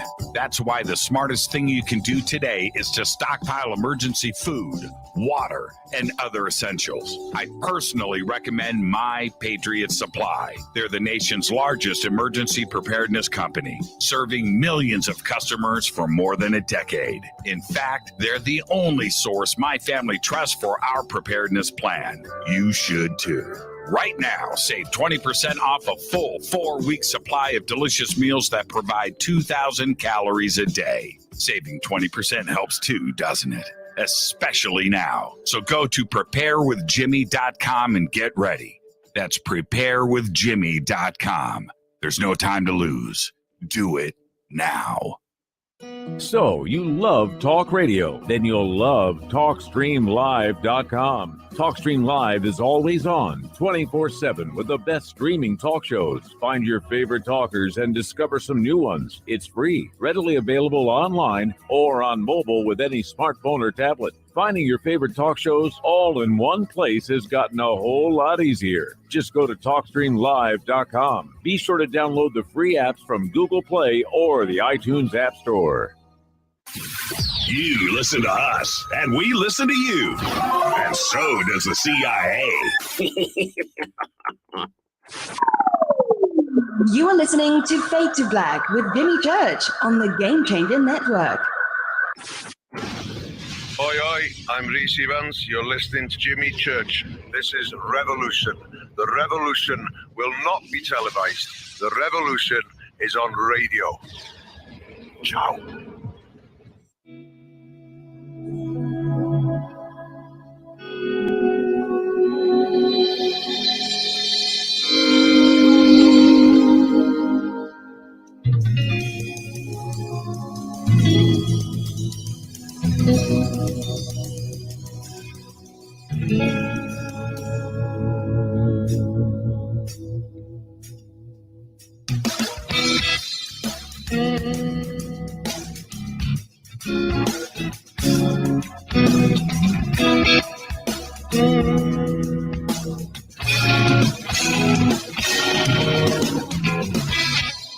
Welcome back. Fade to Black. I'm your host, Jimmy Church. Night 2 of our UFO hearing week here on Fade to Black. I take this subject very, very seriously. And it's been a great week for me personally. And tonight we have Sean Cahill on with us. And Race Hobbs is also with us. He is the general manager of KUNX. And Sean, I want to ask you, would you testify? Would it surprise you if they asked you to testify? It wouldn't surprise me. I don't think I'm an A-list testifier, but it wouldn't surprise me. And yes, I would. Absolutely, you're damn right. Yeah. And there's another part to somebody like yourself going up and giving sworn testimony. I think that Bray and Moultrie towed the party line, if so to speak, right? And I think that they had to. I get all of that. I don't see that coming from you. Would you go directly there and surprise some people? I tell you what, if I was given the opportunity to soliloquize as I do on shows on occasion, I would talk about the things that they would give me the room to talk about, assuming it wasn't just a yes ma'am, no ma'am kind of thing. Right. Because there is a side of this that's not just nuts and bolts mishap reports and gun camera footage.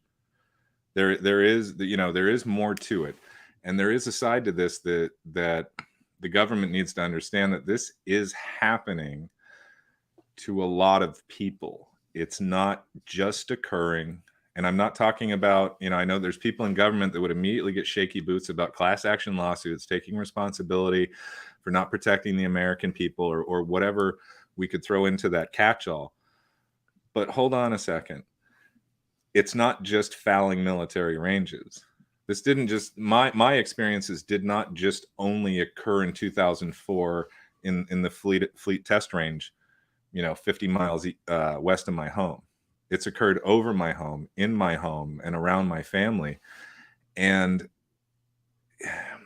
that needs to be acknowledged, because there are thousands, if not hundreds of thousands, and possibly millions of people that watch shows like this, that are waiting for someone to acknowledge that what happened in their life was true and real, and that they're not crazy. And at the moment, we're only shining that light on folks like me and Dave Fravor and Alex Dietrich and the other pilots. It needs to be opened up and acknowledged. And so while I'm someone that thinks we've already had the lowercase d disclosure, not the one we all want in the Hollywood movie when we're all done and celebrating. Right. Okay. But now we need acknowledgement. And when the congressman said, this is about UFOs, is this about ETs? When are we going to hear about that stuff? That's the crack in the door opening for that portion of this, because it's not just call it quits. We know something's real. We just can't figure out what it is. No. Now we get Gary Nolan in here, Dr. Gary Nolan. Now we get the Galileo Project involved. We start running these things to ground, because the three of us have to understand in this room, and the audience has to understand, just like they only had the weekend to put that stuff together and they gave us what they could that was unclassified. It's a pain. It's a tough process getting that piece of paper that is classified, whether redacted and sanitized or whether getting it unclassified. There's a process. Just like getting your light, you can't walk into the DMV and go, give me my license, and walk out. You got to fill out the paperwork. You got to stand in the line. Executive order, that could change everything. You know what I mean? A blanket order by a higher authority could change everything. Amnesty for folks could change everything. And when I say amnesty, people go, well, we want people held accountable for what they did. Man, I'm not talking about amnesty for people who did things wrong. I'm talking about amnesty for people who signed non-disclosure agreements. Amnesty for people who have some kind of threat on some kind of spectrum against them by authority to never speak about the things that they've seen. They need to, that's who we want amnesty for. We're not a lot of people come to me and they're like, but we want the truth. We want people held accountable. I'm like, I don't know which folks you're talking about. I'm just talking about the people with the keys to the damn file cabinet. That's all I'm talking about. You know what I mean? Because I don't know what's in the file cabinet yet. Yes, I have experiences. You have experiences. We've read books. We have assumptions. We put it all together. We are pattern recognition generators. But if we knew, we wouldn't be going through this. And you bring up a really good point. If the Senate and Congress and the House of Representatives, if they want to solely focus on the professional servicemen and women, which is fine if that's what they choose to do, we don't have much of a choice. But then we have other examples. It's not just the Nimitz. We have Rendlesham and John Burroughs and Colonel Halt and Jim Peniston, who are alive, right? That could go and sit down and discuss what happened in Rendlesham Forest over those 3 days. And Colonel Robert Salas needs to be called before to talk about Malmstrom. That's serious stuff right there. It is very serious, and this is something with that fabulous military paper trail, right?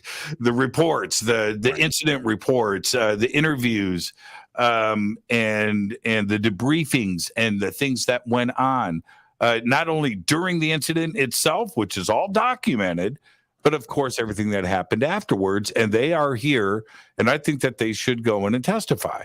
And speaking about that, so I hope that if they want to choose a military bent on this and not bring in, civilian witnesses, bringing in Travis Walton, for example. I think that kind of thing will happen down the road at some point. You think so? I hope so. Well, I think if we're doing this right, I would say maybe a year from now, maybe something like that. Once they're like, oh my God, the military folks are seeing it. Oh my God, the cops are seeing it. Oh, Department of Homeland Security, Border Patrol, Customs. Maybe we should start calling the folks in. Yeah, the FAA and radar and the stuff that is the data collection that is there. I wanted to go back. I'm sorry, Race, you had something to say. Just really quick, the Wilson Davis document being brought in on the record, how significant is that for future hearings? You asking me? Yeah, Right? I'm asking. I don't think it's significant at all. Someone who sat in on a meeting and took notes about it later on, and then it just turning up somewhere. I don't think that's significant at all. What I think is significant is this: none of this is new. It's important for everybody listening to what we're saying here tonight that none of this is new. There are pilots. Go back to the 50s. Major Keyhole, for example. He was a UFO. Ardent UFO researcher, advocate, and researcher. But I mean, he was the one really that I remember back in my beginnings that was preaching this stuff from the mountaintops, for the U.S. government to get involved. He wasn't talking about the military. He's talking about the politicians, and I think that we need to be clear here that's what we need to be talking about here. If not, that's what we're talking about here, because it's convincing all of these politicians that are representatives of us all that this is a real and ever-present issue. It's not comic book stuff. It's not something that some big general can come to you and say, oh no, those people are smoking dope, or it's mass hallucinations, or they're on ayahuasca or whatever. It's not the case. James McDonald, a university professor, did some of the most amazing research. These are boots on the ground people that went to locations and documented this stuff to the nth degree. Heavy detail. Annie Druffel, APRO, these people way back in the beginning, they laid the foundation. They did the legwork. They did it. And they brought it. I mean, there's a reason that it was 54 years ago that they did this before. And it's 54 years down the track that it just happened again. And that's why I said, for folks like Sean and these guys to keep their boot on the throat of this subject on pressing it on them, because at the end of the day, just like I've spoke to you before, the Disclosure Project had a monsoon of heavy hitters that came with John Callahan, an accident investigation chief. Yes. He had real data, ground-based radar, ground-based data, radar recordings in the air radar and in the air communications. He had it all. It just really doesn't get much better than that in this day and age. Yeah, Sean, let me jump. Race is referring to the Japan Airlines Alaska UFO encounter. And what year was that? 19. It was over Alaska in 1985. I'm guessing. Real quick. Yeah. But back to my point, the original question was, what is the significance of the Wilson Davis document being brought in and put on the public record, including even mentioning Malmstrom? If this stuff is brought up in the hearing, can it be referenced later? Is that the importance of having that document there so nobody can claim that they didn't know it existed? Well, let me say this first, that I agree with almost everything that Ray said, even though I would use a little different semantics. I'm not for putting boots on anyone's neck. I want to shake hands and have a conversation. But I understand what you're talking about. You're talking about pressure. That's okay. Let me say this. Pressure. You went on to cite numerous important historical cases and many important figures. I'm going to tell you why I think the Wilson document specifically is more important than those right now. Because the people involved are still alive. They're able to be called to testify. The people that are some of the people that are in those documents are able to be called in front of a hearing and testify as to the validity of those things under oath. And that's the big difference. So we can get to the bottom of that immediately. And we're going to, it honestly, and I'll tell you this, I think it's valid. I wouldn't have tweeted out a selfie of me in front of Paradise and Greer in Las Vegas if I didn't think we needed to investigate that document, especially in the public eye. Now, where it goes at the end of this, again, I'm not dying on that hill. I want to learn. But some of the people that are involved can be in front of that next hearing or can be behind closed doors. If they're given the proper protections, they can tell the real story behind that. We need that story told. Because the follow-on conclusions of what's in that document, the locations of where that meeting alleged to occur, and the breadcrumbs that follow over the years after that are going to give federal investigators a huge place to really live in the middle of this investigation. So the quicker we can get to the bottom of that, the quicker I think we can see the kinds of hearings that everybody wanted to see, expected to see, and hope, had that Tom Cruise, I want the truth, you can't handle the truth moment. That would be wonderful. That would. So I would love to see those people called in as well, and we should. Specifically, and I agree. But would somebody like Eric Davis, who has had his fingers in just about every UFO pie that you can stick your finger into, he would have a lot to answer for, and a lot of statements that are in that document are going to be a difficult thing for somebody. Could he avoid the hearing, or do you think that he would be willing to testify? I think that, like a lot of other people involved, there's a, and I don't want, not disrespecting you, but there's an armchair quarterback aspect of this, where once we go, wow, that'd be great if someone testified, we get into the minutia and we start looking at those follow-on possibilities and conclusions. Sure.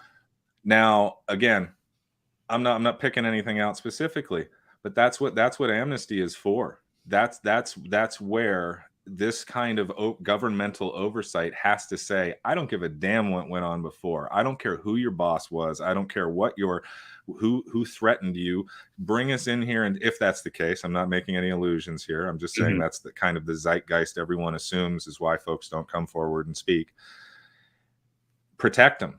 If you're a congressman, you're the United States government, do it in public. Protect these people. Tell them what's going on. We're not going to put up with any nonsense around this. You know what I mean? This isn't Russia. You don't shake hands and have the opposition drop dead tomorrow. That's not cool. I don't think we're going to put up with that. It happened in the 60s. Yeah, I don't want to get. That's a whole nother show, man. I'm with but yeah. But you know, I mean, you know, who's gonna protect the senators? Who's gonna protect the congressmen? Well, I hate to say this, but having served in the military for 20 years, the right people who have the jobs, the Secret Service and everybody else, and if they fail, then we go to work again. You know what I mean? We took these jobs to represent the people. People in the military took the job. Pardon me for getting on the soapbox, but in my case, I wasn't put under that much danger as compared to like an infantryman or SOCOM or something like that. But damn it, we put our lives on the line. We're willing to die for college education, 3 meals a day, and a pension. You know, the folks in Congress, the folks in government, I don't want them to be under any kind of threat. I'm not saying suck it up. I don't want anything to happen to their families, but man, who's going to make this world better if we don't stand up? We need a boatload of Elliot Ness. That's what we need. That have that kind of courage, that kind of fortitude, and are willing to just hold the line. And it's going to take that, Sean. It truly is going to take that. And men like yourself encourage me. They encourage me in the work that you guys are doing. I think there's a way for us to get to the end of the rainbow with everybody on board the bus, man. And I think that about our culture right now, and I think that about our politics as well. Because, look, I've been on both sides of the political fence in my life. You know, after 9/11, I was very conservative for a long time when I served in the military. When I got out and became a meditator, I became a hell of a lot more liberal, just using those two words simply. You know what I mean? But in the end, what I have is a mixture of somebody who's seen both sides. And it's like, damn it, we all want the same thing. To be validated, safe, heard, and able to be ourselves without anybody really crapping on us for it. You know what I mean? I'm 100% with you, man. Sticks and stones will break my bones. I've been a conservative, Sean, all my life, and hanging around Jimmy, man, I've gotten a lot softer. I've got a lot easier. I'm a tanned hippie, man, who's moving to Wyoming. And I wouldn't move there. Yeah, I wouldn't move there if I wasn't mature enough to live next door to somebody flying a Trump flag, which I don't agree with, man. But if I can't be your neighbor, then I don't belong talking any crap about what you believe in. That's a good point. And look at me, I'm a tanned hippie in Palmdale. Yeah. I stand out like a sore. I drive around Palmdale, the most conservative city in California, with an alien sticker on the back of my Jeep, right? It's just like, man, they know what time it is. But okay, I'm going to get back to Eric Davis really quick before the break. Is it possible for one of the representatives, or if these hearings go to the Senate Intelligence Committee, which would be pretty incredible too as well, to ask Eric Davis about the quote attributed to him in the New York Times that he briefed the Senate and told them that we are in possession of craft not made on this earth. Now, wouldn't somebody in the Senate go, who did you say this to? What briefing and what craft was the New York Times referring to with that quote that was attributed to you? Shouldn't there be some genuine follow-up on Capitol Hill with these statements from Eric Davis? Absolutely. I don't think questions like that should be asked in an open session. I think it would be counterproductive if you started outing and doxing things that had been previously, let's just say, confidential in general. You know what I mean? But our friends and I, this is inappropriate, unfortunately, but we often say open kimono. I think behind closed doors with the proper protections, he should tell them everything. They should ask him everything. There should be follow-on questions. There should be staffers taking notes and doing research and coming back with more questions. Just like when Senator Gillibrand, I don't recall who she told it to, but when she said educate yourself, oh man, I just, my chest puffed out. I was so happy when she said, hey man, go do your job, Google this stuff and get back to me, man. You know, like you got the Library of Congress down the street. Go find out and get back to me. So I want to see the right kind of empowerment done. I want to see the right kind of folks educated. But I want people to understand that if this was easy, Eric Davis would have wrote a book. You know what I mean? And like a lot of people did and just retired and went away. But in my opinion, he's still working on and in this subject because it matters to him. Oh, yeah. If I think he's a national asset. I think when I say that, I mean like I don't want to say national treasure because that's really kissing somebody's ass. But I think he is a huge asset to this country. And I think that his work and his intellect and his acumen should be questioned by Congress under a blanket of immunity. And the same for Kit Green and Hal Puthoff and these other 100%. Guys. Russell Hard, you know, these guys, but then you see them get involved with a civilian and they're doing their thing, you know, sort of on a civilian level. And, but see, they've had these hearings before, Sean. They've had these closed door hearings. You know, Kevin Day outed them back a couple years back about it. You know what I mean? And I wonder where that goes because, you know, something I wanted to bring up because I'm getting ready to have to go when the next break. But, you know, our good friend Jimmy Lee Spiegel, he brought all of this before the United Nations with a national hero, an astronaut, Gordon Cooper, which reminds me, and I just thought of this. He had a team who filmed a UFO land out there at Edwards Air Force Base. Where's that footage at? Well, he never got it back. He never got follow-up. Well, it's a one-way thing, you know. I've talked to commanders of Ohio-class nuclear submarines that have very generally mentioned how it's a one-way communication. When these things move around underwater and we detect them and they're not a threat to the boat, and even if they are, but they send this stuff up the chain and there's no message coming back. There's no information coming back down the pike. And the same thing happens every day. So we got to have teams of people that are ready to look into things that are happening today that are super anomalous on the ground. And I think that's happening. Yeah. I do too. And, you know, I also think that going before the United Nations may unlock some other countries, sort of their maybe past alliances or agreements, you know, with United States and help loosen up some of those restrictions that we need to get more countries involved in the disclosure and the confirmation elements of what we're dealing with. Yeah, Race, I want to thank you for taking the time to come in tonight. You got a network to run, but it was great. I'm glad that you got to say hello to Sean. I want a quick comment, and you run the network, so we're 15 seconds past the commercial break. I appreciate you guys. Don't get mad at me. It's your fault.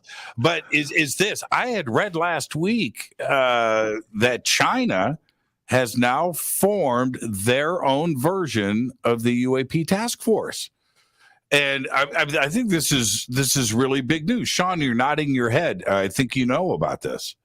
Well, right after Steve Jobs created the iPhone, China created one too. So I'm not surprised at that. I don't mean to be a total ass with that joke, but right. The Chinese are going to be just as interested in anything that we're interested in. They're not behind the eight ball on this. They just announced it publicly in a way that matched what we did for the likes and the clicks. You know what I mean?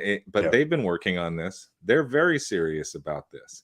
And I'm concerned that their proclivities and their human rights record, while ours is not spotless, ours doesn't show up on satellites you know what I mean? Like you can't see our atrocities from orbit. So I just don't know. And man, I'm being polarized. I'm polarizing my idea right now, but I don't trust the Chinese to take any kind of lead in this subject. We all need to work together. We certainly do, especially if as we've said before, this level of technology, look, Race was right. This level of technology, you can't give it to everybody. It's one of the first articles I wrote was at the speed that the Tic Tac operates. If you throw your Snickers wrapper out the window, you just destroyed a city block. You know what I mean? It only takes a grain of sand traveling at a fraction of the speed of light to act like a high explosive because of the kinetic energy. So I'm making a joke here, but look at all the teenagers crashing their parents' Teslas because the things accelerate too fast. You know, and that's just a car. I can't imagine what a world war fought with UAP would be like. As Einstein said, World War III, I don't know what it'll be fought with, but World War IV will be fought with, sticks and stones. Sticks and stones. Yeah. Yeah. Let's take our break right here. Our guest tonight, the one and only Sean Cahill. I am your host, Jimmy Church. Tonight is night 2 of our UFO Hearing Week here on Fade to Black. I am your host, Jimmy Church. More with Sean after this short break. Stay with us.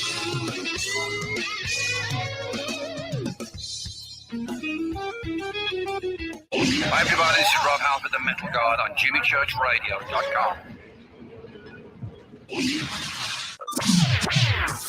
Your 1 million gigawatt paranormal powerhouse, KUNX-DB, the X. Are you ready to read about true paranormal events? UNX Media publishes nonfiction books about UFOs, ghosts and haunted places, time anomalies, cryptid creatures, and more. Just like KUNX-DB Radio, it's all about unexplained phenomena. Visit www.unxmedia.com to see our list of great book titles by Debbie Ziegelmeyer, Gene Walker, Devin Listrom, Wayne Lawrence, Bill Spicer, and yours truly, Margie Kay. That's unxmedia.com. This is Jimmy Church of Fade to Black, and I only drink Fade to Black blend coffee from River Moon. Just click on the River Moon coffee banner at jimmychurchradio.com. Promo code F2B blend. This is the only way forward. This is Fade to Black. Make contact. This is Jimmy Church of Fade to Black, and this year, June 18th, 2022, the Disclosure Fest Foundation presents the Mass Meditation Initiative. It's Saturday, June 18th from 10 a.m. to 10 p.m., one day only at the Los Angeles State Historic Park in downtown Los Angeles, California, right next to Chinatown. I'm hosting the event again this year with music performances by Trevor Hall, The Desert Dwellers, Poran Gi, and many, many more on 4 separate stages. There's 16 stages in total, over 30 acres in downtown Los Angeles, with vendors and tents and presentations and workshops with Billy Carson, Adam Apollo, Lori Spagna, Laura Eisenhower, Brad Olson, David Palmer, and many, many more. It's all simple to do. Just go to disclosurefest.org for all of your tickets, information, and a full schedule of the day's events. Again, disclosurefest.org.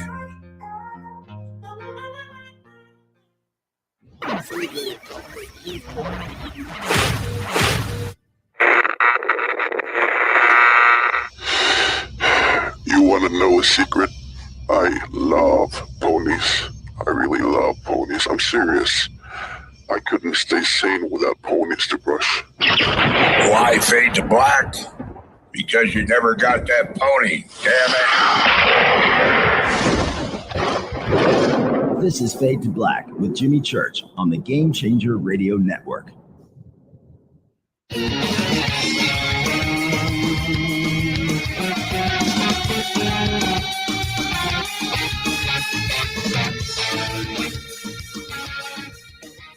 Welcome back, Fade to Black. I am your host, Jimmy Church, tonight, night 2 of our UFO Hearing Week.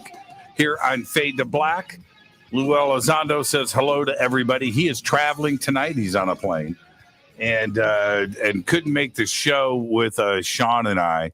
And but I got to say, Race Hobbs those are big shoes to fill of Lou Elizondo, and I think Race has got the biggest feet of just about anybody that I know. Sean, he did a good job. So thank you, Race.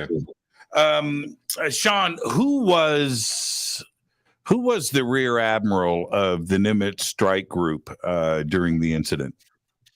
Admiral Curtis. I actually went on to work for him. He was Commander Strike Group 11 when I was on Princeton. He went on to be Commander Naval Surface Forces when I was the N34 Alpha anti-terrorism guy on that staff. Did you know Rear Admiral Daly as well? Yes, actually, excuse me. Rear Admiral Daly was at the time, I believe Daly was SURF4 when Admiral Curtis was Comcar Strike Group 11. Right. Okay. So I do way too much research. I hope that friggin' impressed you.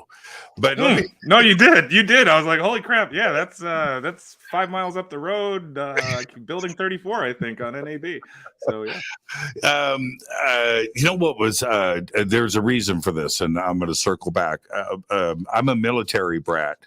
And one of my fondest memories when I was, my dad was stationed down in Panama at Fort Amador, 1977, 78, 79, 80, I was there.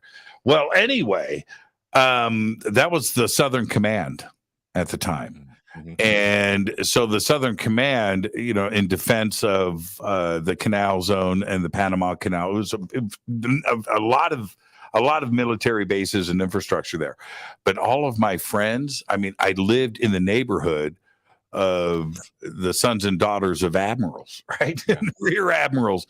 And I hung out at their houses and things. And I'm always waiting for some familiar name to pop up that I knew in my military circles, living on bases.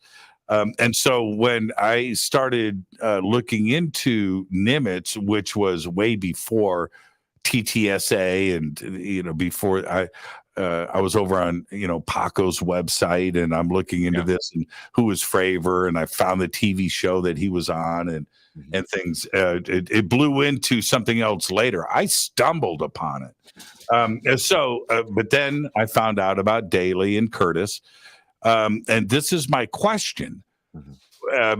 In the hearings that will be happening in the future, shouldn't it be part of the questioning and the line of questions, whether it's from the House of Representatives or the Senate, about what Curtis and Daly knew and where those reports are today?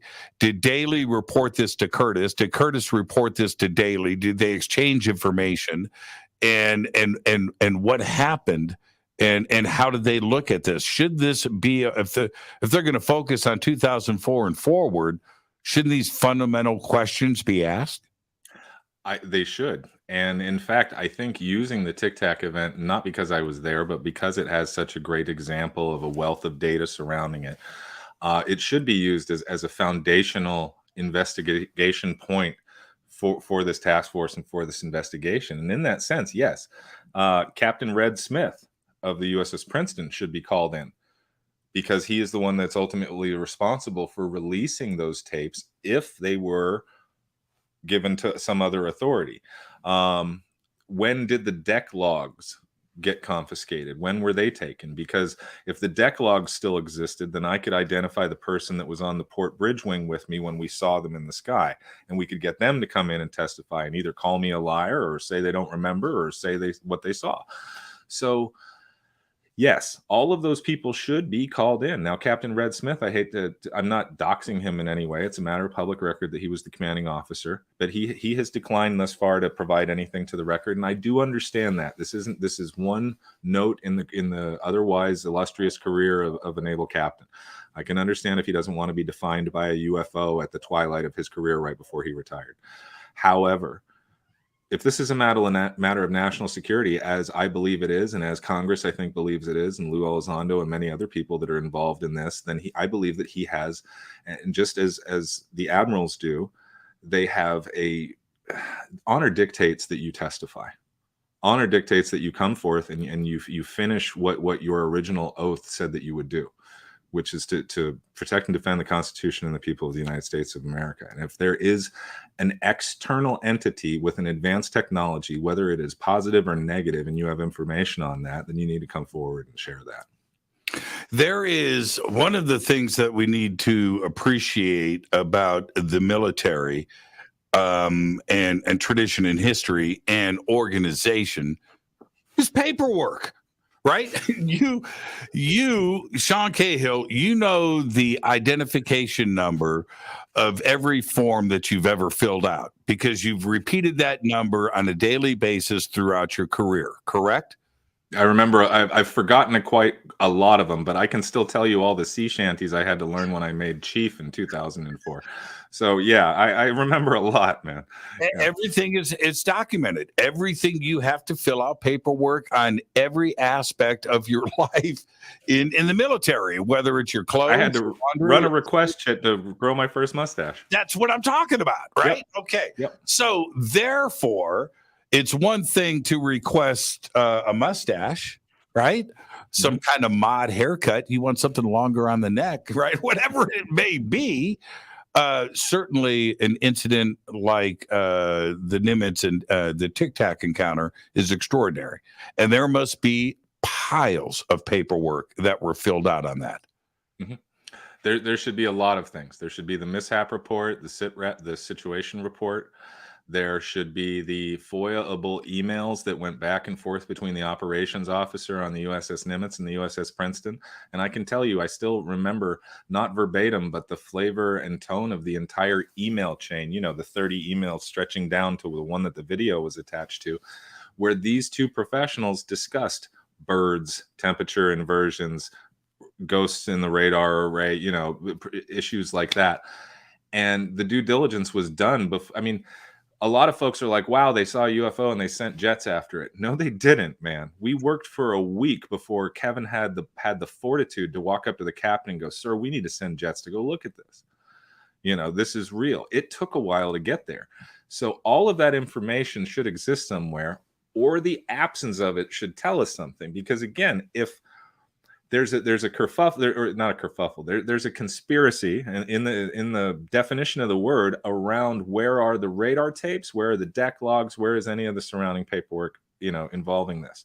You've got people that were there that feel that they had competent authority to have known if that was going to be taken or if certain things were done. And you've got people that were that claim to have been there that said, I was a witness, these things were done, it was heavy-handed, and here's how it happened. Mm-hmm. Now, those are two opposing views. One was an eyewitness, one's using a position of authority to make an assumption, but the fact is the stuff's not there. Okay, and I'm not pinning it on somebody on the ship coming up with this multi-decade or this decade-long conspiracy. You know what I'm saying? Like who stole the stuff? Who would do that? Why? Who's going to take a deck log and who's going to have access to the radar tapes and the deck logs when they're finished being filled out and all of these other things? So all of these details would be part of a proper investigation into the 2004 event. Did ATIP do that? I don't know. Has the UAPTF done that? I don't know. Are those conclusions? Has that investigation happened? Do we know the answers? I really don't know. I don't even have an inference. I don't have a rumor to share with you or anything. But that stuff would be the linchpin of this 2004 investigation, because we're not going to tell from that video or from the data what that was. But we need to know who was Johnny on the spot 10 minutes after we found it, and apparently was able to arrange for flight out to an aircraft carrier and out to a guided missile cruiser, and not a single person involved can say it was the Bad News Bears, or it was the Scooby-Doo crew, or it was Air Force, or it was anybody else. Does the Senate or the House of Representatives, do they have enough oversight to subpoena those documents? The various committees certainly do. Right? You would think that their purview is to handle that, and you know, and from there, whether it requires executive oversight or not. Yes, if our Congress can't get the job done, what the hell? What's going on here? Yeah, exactly. There are lawmakers. Yes. Well, this is exactly the point I think that Burchett is talking about. Mm-hmm. That this is a cover-up. And if they can't go and get the answers, then there is a problem. Do you think that, and this is a very direct question, do you think that there is, whether you want to call it, and it's a un-PC statement, the good old boy network, but it's good old boy and girl network, that they have been acclimated to keeping the secrets, to not having to talk about it. Nobody has approached them. Therefore, they're not giving it up, right? They're not willingly giving up anything. And now suddenly it's changed for them. Is that the problem? That Congress and the Senate right now, Capitol Hill, is doing things that the military has never experienced before, which is giving up the secrets. You know, there's a lot to unpack there, but I think that it's hard to zero in on a specific thing there. Well, let me ask you in a different way, an easier way. After Project Blue Book in 1969 was closed, Air Force hasn't said dick, right? Okay. Well said. Well said. And now they're being asked questions. Yeah. And that's what I'm talking about, that good old boy network. Is that what Capitol Hill is up against? Trying to extend that. Yeah. To an extent, most certainly. And because I was going to ask you to define which good old boy network you meant, because like I said, I'm 49 next week. I'm part of the good old boy network. You know what I mean? Part of the good old boy network I come from, and good old girl network and everything else. And it's, and it's a pan spectrum. We look like a Benetton ad. There's everybody in it. It's not just white dudes like me. But it's a network of friends who've worked together and and trust each other and built a reputation and have integrity with each other. That's not what we're talking about here. We're talking about that low end good old boy network that keeps the rest of us from getting in. You know what I mean? The what they used to call the boys club. Some folks call it limited hangout and other things like that. People that move in and out of those terms. Yeah, man. I'm not going to blow smoke up anybody's rear end on this. Air Force has not come to the table. They're not helping. They're not leading. And as I said on a different show, man, how are you going to be the Air Force and have the UAP problem given to the maritime force? My U.S. Navy. That's repugnant. You control air and space, and they gave it to somebody else. How come? Why aren't you speaking up? Where's your people? Where's your lead? Why? We all know Blue Book wasn't the last word on this, and sign, grudge, all of these other things that we don't even know, again, if the UAPTF is aware of all of these follow-on programs. You know what I mean? So how do you, you just laid it out perfectly. How do you, there's way too much to discuss here for any subcommittee or committee, intelligence committee, budget committee, however you want to look at it, security, terrorist. There's way too many things to cover. How do you keep future hearings focused? And who determines the subject of the day? It's not just UFOs, it's 80 million subcategories there, of which you just touched on 20 in 15 seconds. So I think you start, let's have a metaphor here, not confuse anybody, but let's start at an orbital view. Okay, our first hearing was our view from orbit. We cannot tell what's going on down there. We see the land, we see some lakes and some clouds. Now we get down to 100,000 feet. In the next hearing, because we have to educate and socialize these ideas. We are a niche culture in ufology. Most people have only seen a season or two of Ancient Aliens and some other shows like that, or maybe one of the the new movies or documentaries that's come out. But we have to plant our flag in realistic benchmarks somewhere, and then spread the investigation out from those things. Find out what was true, what wasn't, what's a psychological overlay, what's mental illness, what's plain old BS, what's real and solid.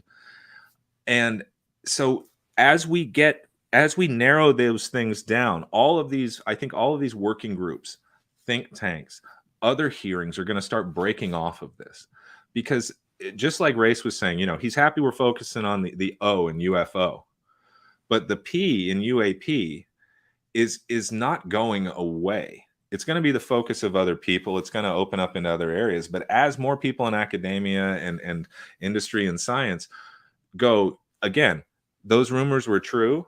This stuff is real. This stuff is connected. Real research has been done that I won't get laughed at if I read it now. If there's peer-reviewed papers, there's white papers and other things I can read, let me have them. And now there's enough people like you and me that are going to send those things out. We're going to help educate those people, and then they're going to take this where they take it. This isn't my subject. It's not Lou's. It's not yours. As much as some of us, feel like we may have influence or something else, if any one of us disappeared, this has to keep going. This has to continue. And so education is key. Pragmatic education is key. Allow the people who are not experiencers, especially, to take the time to understand this. Because, man, if you never seen a dragon, how do you explain it to somebody else? You know what I mean? It's a wild, fantastic story. If you tell somebody, I went camping and Puff the Magic Dragon hung out for half an hour and told me his life story, none of us are going to believe you. And for people that haven't experienced the UFO phenomenon or seen objects in the sky, it sounds just like that to them. What do you think the schedule is here? We know that in the latest intelligence budget with Gillibrand and the verbiage that is placed there, that we have expectations for three things. 2 public reports, semi-annual, right? I'm assuming one in June and then one in December, and then a classified one in December. That is clearly defined. But what about hearings? Is this something that will happen multiple times throughout the calendar year? And what do you think that schedule could be? I think they'll be organic and ad hoc up until the point where the UAPTF or their oversight realizes that this must be something that's added to the standard operating procedure, added to the tasking, that these public hearings obviously are desired by the public. They're obviously desired by the culture that, our culture that is pushing these ideas forward. We want more transparency. We want more openness in front of everybody. I think that unless some monkey wrench flies into the works of this, and I know a lot of people will say, everything's a cover up for UFOs. You know what I mean? If something happens on the same day, if somebody bombs somebody on the same day, you always see the traffic on social media that they're trying to take. No, they're not bombing a city to not. You know what I mean? Like stick to the subject, but keep it in the public eye. Keep it pragmatic for now, and keep building upon it. I think we're going to see that. I really do. All right, let me dip into the rumor mill here. You're going to see folks testify. And if you see folks go behind closed doors and testify and come out, you should be asking what they said behind those closed doors. You should be asking for sanitized, redacted reports that don't have sources and methods that give you conclusions as to what's being seen and what has occurred. Do you anticipate, I'm hoping for this, do you anticipate a sanitized of the classified hearing from last week that will make its way to the public?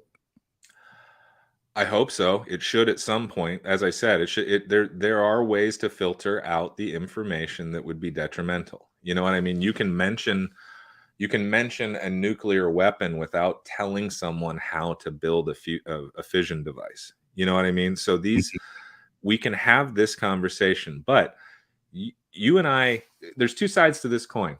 We have our biggest hopes and dreams about what got talked about behind those closed doors and how far they took it and how far they went. And then there's the other side of the coin that are they playing it safe the way I'm kind of describing and a long game towards success? Right. I don't know what was said behind those closed doors because, as I said, I don't receive classified material. You know what I mean? We don't screw around at all. So I can't say. I'm very hopeful, but a lot of cool questions and correct questions were asked, but not enough. Not enough. Too much of that was, I don't want to call it fluff, but I understand why people who expected more would call aspects of it a nothing burger, because but a lot of people were going, I already knew all that. Well, this wasn't just for you. This is really for the people who don't know a damn thing about this. Because let's be real, man. You and I have to walk up to this line, walk up to the mirror and look at this. None of us got this done before. It took all of us to get here, but nobody ever got it done before. We're here. Let's not throw this away. We're here together. Yeah, and there has to be a foundation laid out before you build the house. I mean, and that's the way I look at this first hearing. I thought it was just extraordinary. There were moments there.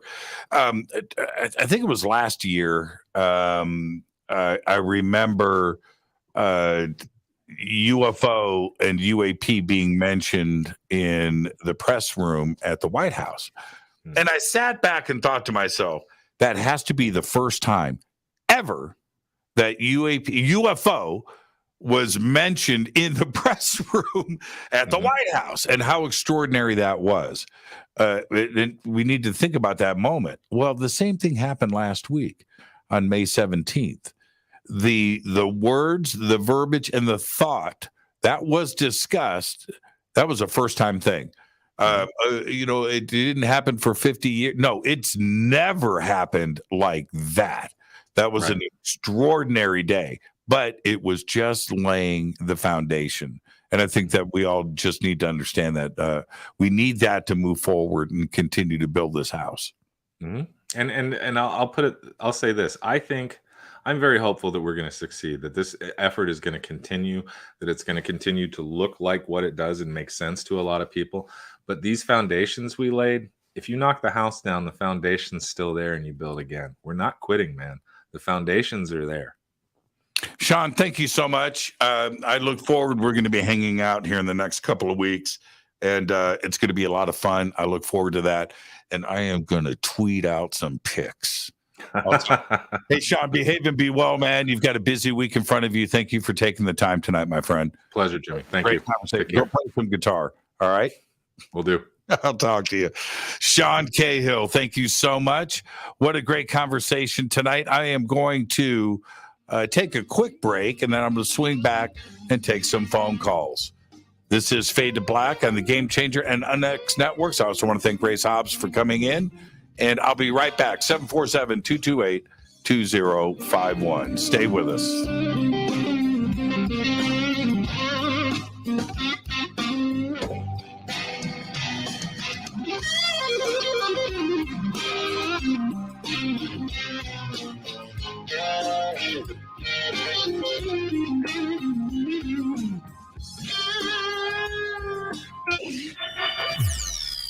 You're listening to Jimmy Church and Fade to Black on the X. Hey, what up, y'all? It's your girl Vivica Fox here, and you are listening to my boy, Jimmy Church, on JimmyChurchRadio.com. Despite popular opinion, reading a book will not make you smarter. But listening to Jimmy Church will. This is Billy Carson, founder and CEO of ForbiddenKnowledge.tv. ForbiddenKnowledge.tv is the fastest growing and one of the most watched networks in the world. And I would like to personally invite you to check out our expanding library of TV, film, lectures, and special presentations. ForbiddenKnowledge.tv has over 6,000 videos covering lost history, health, UFOs, spirituality, and our future. We are committed to our community, and with my personal invitation, you can right now get your own free 30-day membership at ForbiddenKnowledge.tv. Your own library of information starts today at ForbiddenKnowledge.tv. Your 1 million gigawatt paranormal powerhouse, KUNX-DB, the X. Are you ready to read about true paranormal events? UNX Media publishes nonfiction books about UFOs, ghosts and haunted places, time anomalies, cryptid creatures, and more. Just like KUNX-DB Radio, it's all about unexplained phenomena. Visit www.unxmedia.com to see our list of great book titles by Debbie Ziegelmeyer, Gene Walker, Devin Listrom, Wayne Lawrence, Bill Spicer, and yours truly, Margie Kay. That's unxmedia.com. When you take the beans from Central America with dashes of Indonesian and African mixed in and then roast it to the dark side of fade to black, you create the ultimate brew of fringe. Introducing the Fade to Black blend from River Moon Coffee. Yes, River Moon's darkest customized roast was created for the love of Fade to Black. The alchemy of masterful roasting and smoking the beans is in every sip of this full-bodied, dark Java. I need my coffee dark, deep, with distinct bittersweet chocolate highlights, just like the bunker. Leaning further into the darkness of the roast is Fade to Black blend from River Moon Coffee. Just click on the banner at jimmychurchradio.com and use the promo code F2BBLEND for 15% off of your order today. Are you intrigued by Paranormal Talk Radio? You'll love the new Paranormal Radio app from TalkStream Live.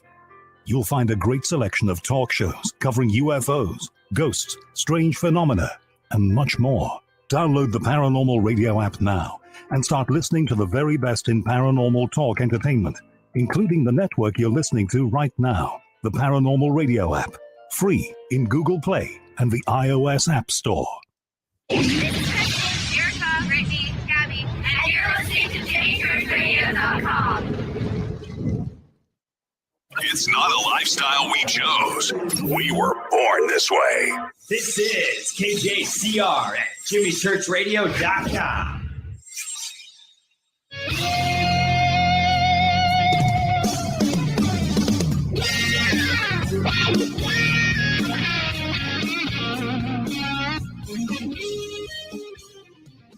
What a night here on Fade to Black. I want to thank Sean Cahill.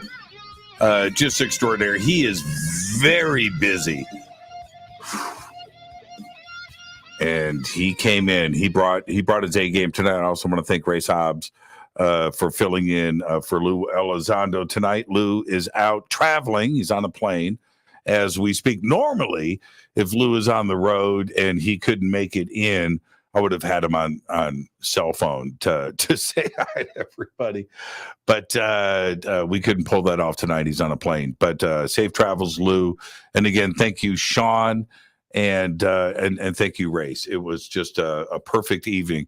This is night 2 of our UFO Hearing Week. What I think will shape up to be one of the most extraordinary events in history, and it went down last week on May 17th on Tuesday. I've opened up the phone line 747-228-2051, and I would like to get your thoughts on where we are, what the future. See, the thing is, and this is what I think we need to make very, very clear. This is just the first of many hearings, and yeah, it laid a foundation for sure, and we need that. But what do we expect in the future? And the subject itself is so broad. There are so many aspects to it. I don't even want to say the phenomenon with contact. That how do we again? I've had something in my throat all night. How do we handle that? How do we define that? And I want to go back to what Sean said. And yeah, I'm not in the circle, like Sean is, but he brought up the best point. There's going to be breakaway hearings, specific topics where you can go and look into and that's how it's going to be handled. There will be, of course, general hearings that will be there. But yeah, he's right. Subcommittees and different things going on in a more specialized aspect and more focused, because there's just too many things. There is, of course, the military, but there's the space side of things and Space Force and NASA. There is Avi Loeb. There is the Galileo Project. There is science. and universities that are doing this research? What about radio telescopes and fast radio burst and things that, and of course, exoplanets? There's that aspect of it, and then there's the more broad way to approach this, and that is the civilians and pilots and their testimony that is all supported by data. Very, very strong cases that need to be addressed. And there is one other, the Coast Guard. Nobody's brought up the Coast Guard. There is the Marines. There is the Army. And we know about the Air Force, of course, and the Navy. The Coast Guard is out there every single day on our coast and out in international waters too as well. Well, what about the Coast Guard? Who's talking to the Coast Guard? I am surprised that the Coast Guard isn't yelling right now. What about us? Everybody seems to forget about us. We are here. What about the Coast Guard? And Sean also brought up law enforcement and the federal agencies that protect our borders. What are they seeing? And what is going on there? Absolutely. And going back into, I'll get to phone calls in a second, 747-228-2051. There's another aspect to this with the historical narrative. Is Roswell going to be brought up? All right. I'm just going to put that right there. Is Roswell going to be brought up? What about Rendlesham? If we're going to talk about local law enforcement, we have the Triangle sightings in St. Louis. We have Zamora and Socorro, that incident, which is part of Blue Book, by the way. And will that be brought into the historical record? And even more importantly, what is going to be the follow-up with Malmstrom Air Force Base? Is Robert Salas and others going to be brought forward to bring their testimony? I think all of these questions need to be addressed in how we start to move this forward. I do know, I'm saying this, I do know that there are more hearings, and they're going to happen quicker than you think, that are on the schedule for 2022. So get ready for that. Let me flip the page here. And let me get down into it because I'm going to take some calls. Let's see who's up first. Hi, you're live on Fade to Black. Who's calling? Hi, Jimmy. It's Lafayette from Corte Militia, California. How you doing, Lafayette? I'd like to talk about doing good. I'd like to talk about the triangular UFOs, three points that the Navy has been making for decades. First, why they fly seemingly backwards with the base forward instead of the point that you would expect. That goes back to Bob Lazar when he said the gravity-producing waves are in each corner. So when they overlap, it creates a pull in that direction. So it flies with the base forward because there's two gravity fields for each of the corners that pull it. And the back one's probably just for stability. Also, why they're seen in why they're in the 40s. Because they can go faster than light, so they can travel backwards in time. Not necessarily in our timeline, but the ones we see in the 40s are from alternate Earths. And thirdly, why they're flying over villages in the middle of nowhere in Africa, when of course the military would have no interest in that. And that's because these craft are made a program by the aliens to infiltrate us and get us to make UFOs. That's why they've been abducted and they're being used for the alien agenda of breeding. And that also explains why Richard Dolan said that at Area 51, the Chinese have their own lab. It's because the aliens want to use all that manufacturing capacity in China to make UFOs for them. Well, all good points. I haven't heard a whole lot about triangles flying backwards, but because I think they fly in each direction. I don't think that there is necessarily a front or a back. But there is some descriptions. Michael Schratt has talked about this, and David Marler and others, when talking about different eyewitness accounts with black triangles, that some of them have had a propulsion system on the back that apparently was lit up, and it was in some descriptions almost a white rectangle, and different colors. That's different. I'm thinking of the 3-cornered ones with the balls of light. I know someone that's actually seen one of those, and he said it did fly face forward, but it kind of went in an erratic way. Right. Well, okay, but I'm not so sure. I've only seen one black triangle that I took a photograph of, not a digital image, but on film. And my memory, now you can see it in the photograph. In the photograph, it looks like it's at an angle. It's not necessarily what's the word I want to say, that the flat side is going forward. It looks more like a pyramid, but for my memory with its trajectory, when you look at it in the photograph, it looks like the flat side, or it's not aerodynamic is what I'm trying to say. It's right. Whatever it is. But here's the other thing. You mentioned Africa and rural spots. I don't think, if we look at this in a general sense, I don't think UFOs fly over everything, everywhere, all the time. Right. Richard Dolan brought that up point up once. Yeah, I mean, it's over major cities. It's over mountains. It's in the desert. It's over everywhere, water. basically. Yeah. I don't think they're because they're breeding. They're abducting people from everywhere, not just a certain area. Yeah, that's true too. Well, Lafayette, thank you for the phone call. Great show tonight. All right. Huh? It was. Have a great night. Behave, and it's time to fade to black. Row, Jimmy, row. I'll talk to you.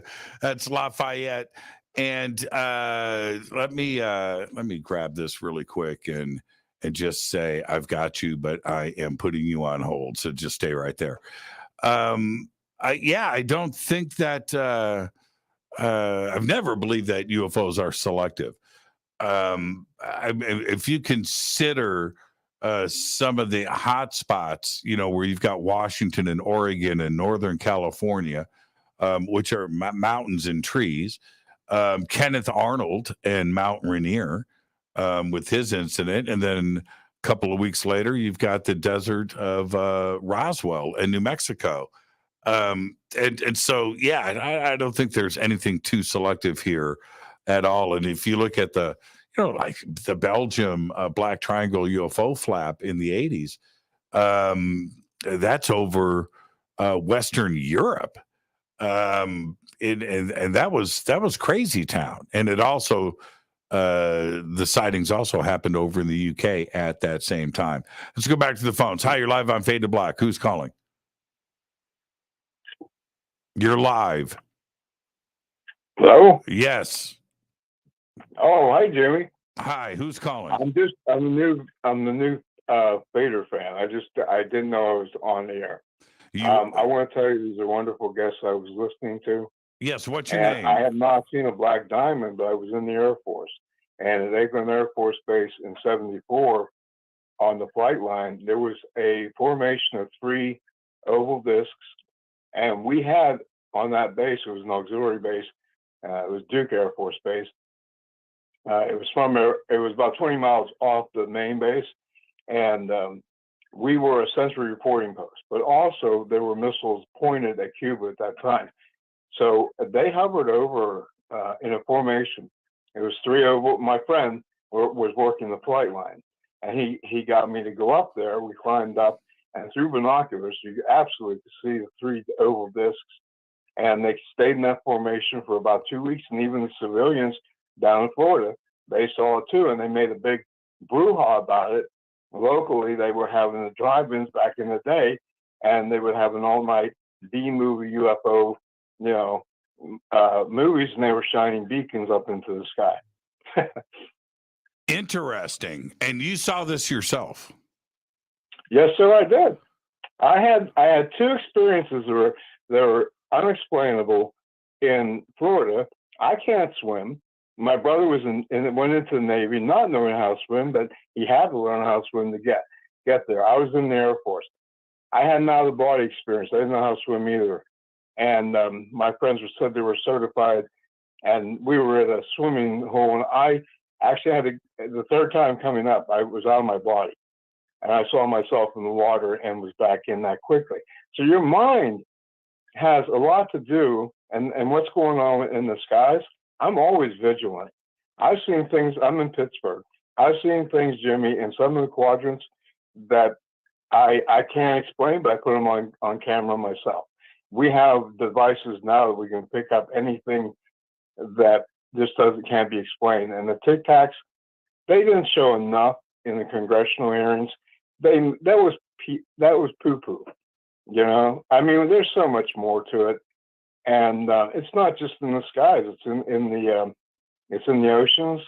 And why are they so keen on Antarctica right now? Well, these are all the questions that this community has, and I appreciate some of the focus that the media is starting to apply to these things. And eventually, if we keep moving like we are. Oh, by the way, what's your name? My name is Wes. I just sneezed. Wes Walker. All right, Wes. As I'm a follower. I mean, I interject, but only in chat. Well, as we move forward, and this elevates and continues to elevate, the media is going to cover these things, and maybe Antarctica will come into the mix, as it should. There's just way too many unanswered questions here. How long do you think it's going to take, Jimmy, before the truth actually starts to come out in less than trickles? Yeah, well, I think it's coming out now, though. And I don't think it's coming out in trickles anymore. So that's my take. Now, how long until we go to crazy town, right? We're there. Yeah, I think 2022 very clearly could be the year where these final questions are answered. I still firmly believe, though, Wes, that it's going to be an incident or an occurrence outside of the control of the government, and they are going to have to. I think so too, sir. But I don't mean to interject you, but here's the thing: it seems like they're showing up in hotspots in Mexico, in Brazil, Japan, and I think, Jimmy, this is my opinion. I was stationed in Misawa, Japan. Japan's government are the most peaceful after their two cities were basically destroyed by us. They didn't want to have the situation, the military stance that they have right now because of North Korea and because of China being aggressive. But I think their culture, and that would be the best contact for any kind of a higher terrestrial being or extraterrestrial beings if they were going to make contact with us. Don't you think? That's a really good point. We always focus on the United States like this is an exclusive United States issue, and it's not. Clearly, it is not. But it will, and this just goes back to your point. I think it's going to unite the entire planet. There's just no way, because we're Earthlings.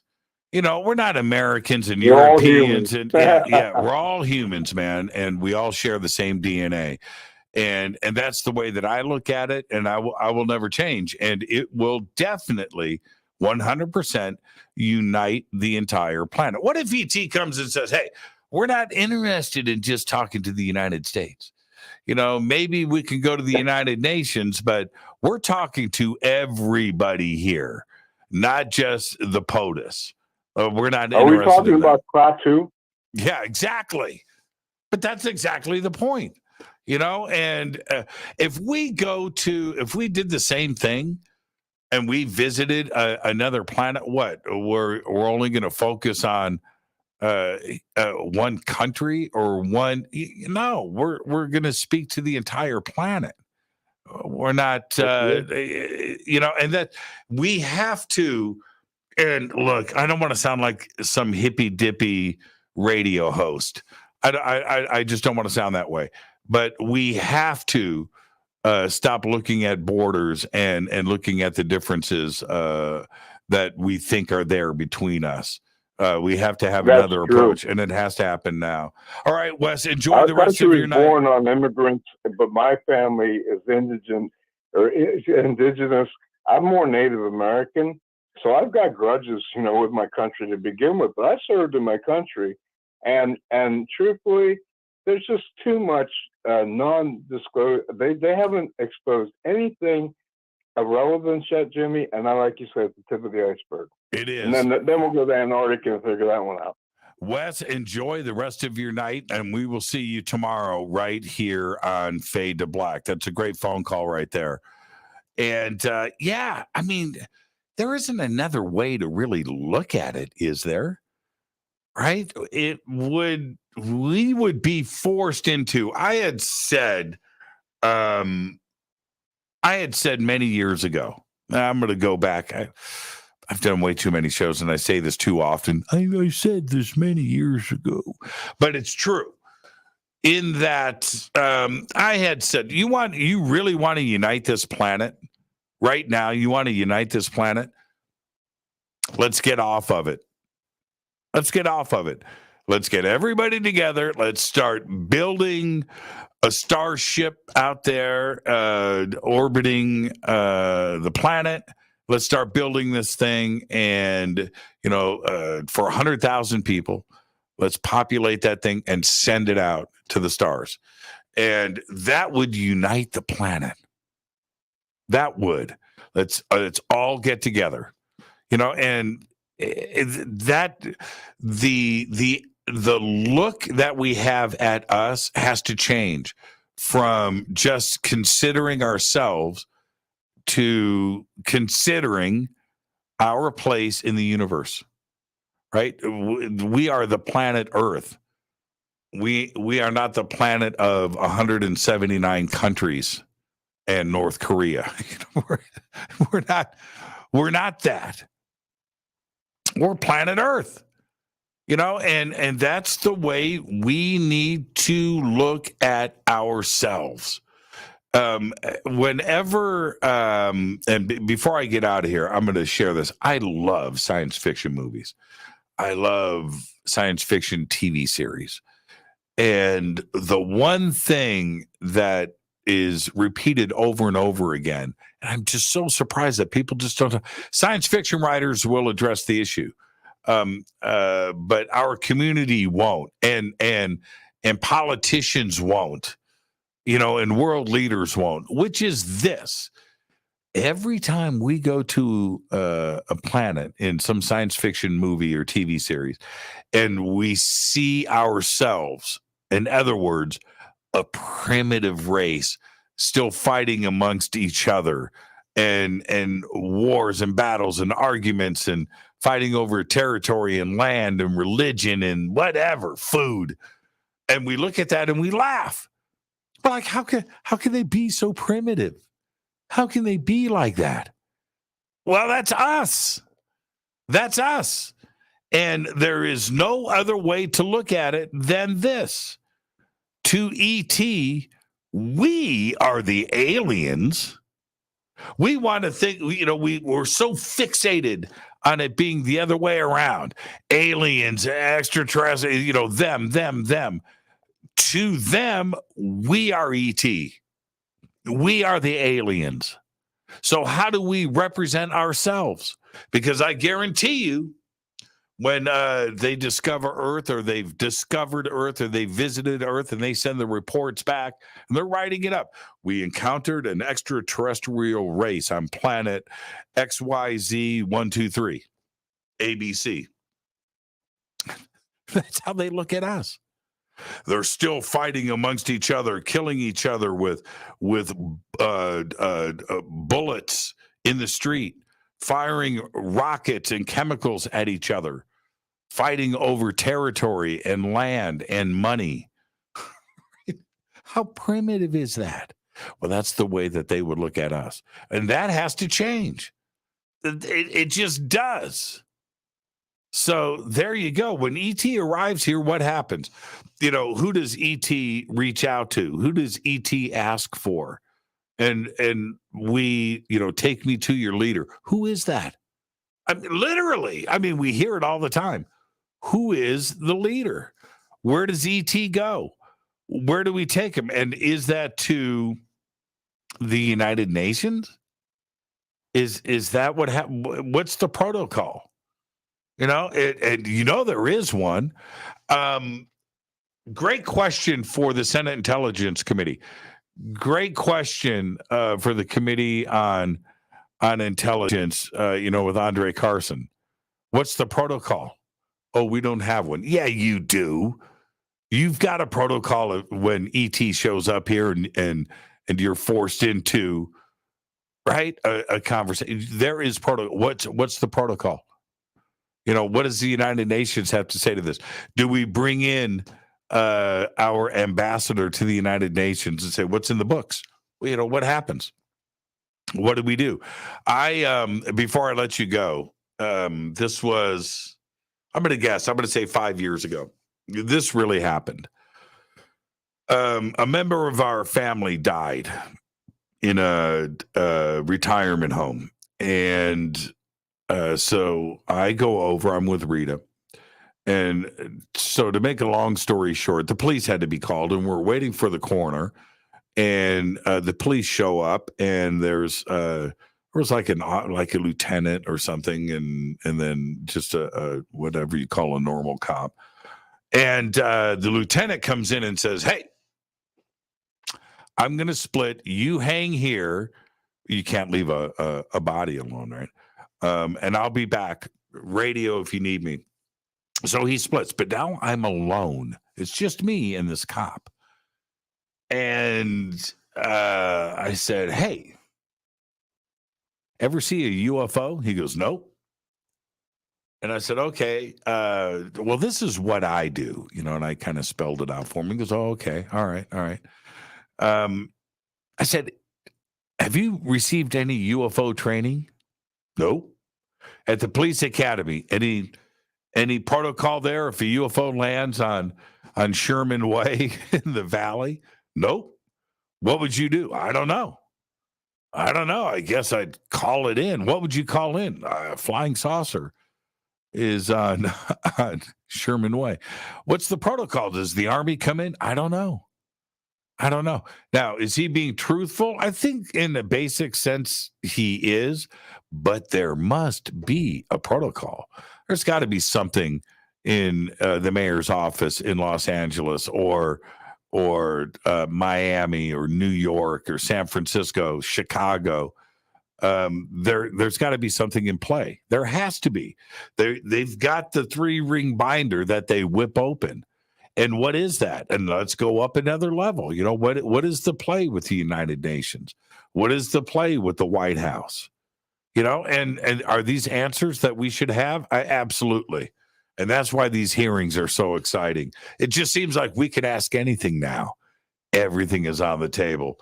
All right, great show tonight. I want to thank Sean Cahill of another great conversation, and he is out there getting it done for us. Thank you, Sean. Absolutely incredible. Also want to thank Race Hobbs. Race Hobbs coming in strong tonight. Fade to Black is produced by Hill J. Palm, Renee, Dennis, and Kevin. Announcers are Steve Harder, Gene Vitoa, Mark T. Kovar. Webmaster is Drew the Geek. Music, Doug Aldrich. Intro, Spaceboy. SpaceboyMusic.com. Fade to Black is produced by KJCR for the Game Changer Network. And this broadcast is owned and copyrighted 2022 by Fade to Black and the Game Changer Network, Inc. It cannot be rebroadcast, downloaded, copied, or used anywhere in the known universe without written permission from Fade to Black and the Game Changer Network. I'm your host, Jimmy Church. Tomorrow night, Ron James of MUFON is here for night 3 of UFO Week here on Fade to Black. I'm your host, Jimmy Church. Until then, I want everybody to be safe. It's time to fade to black.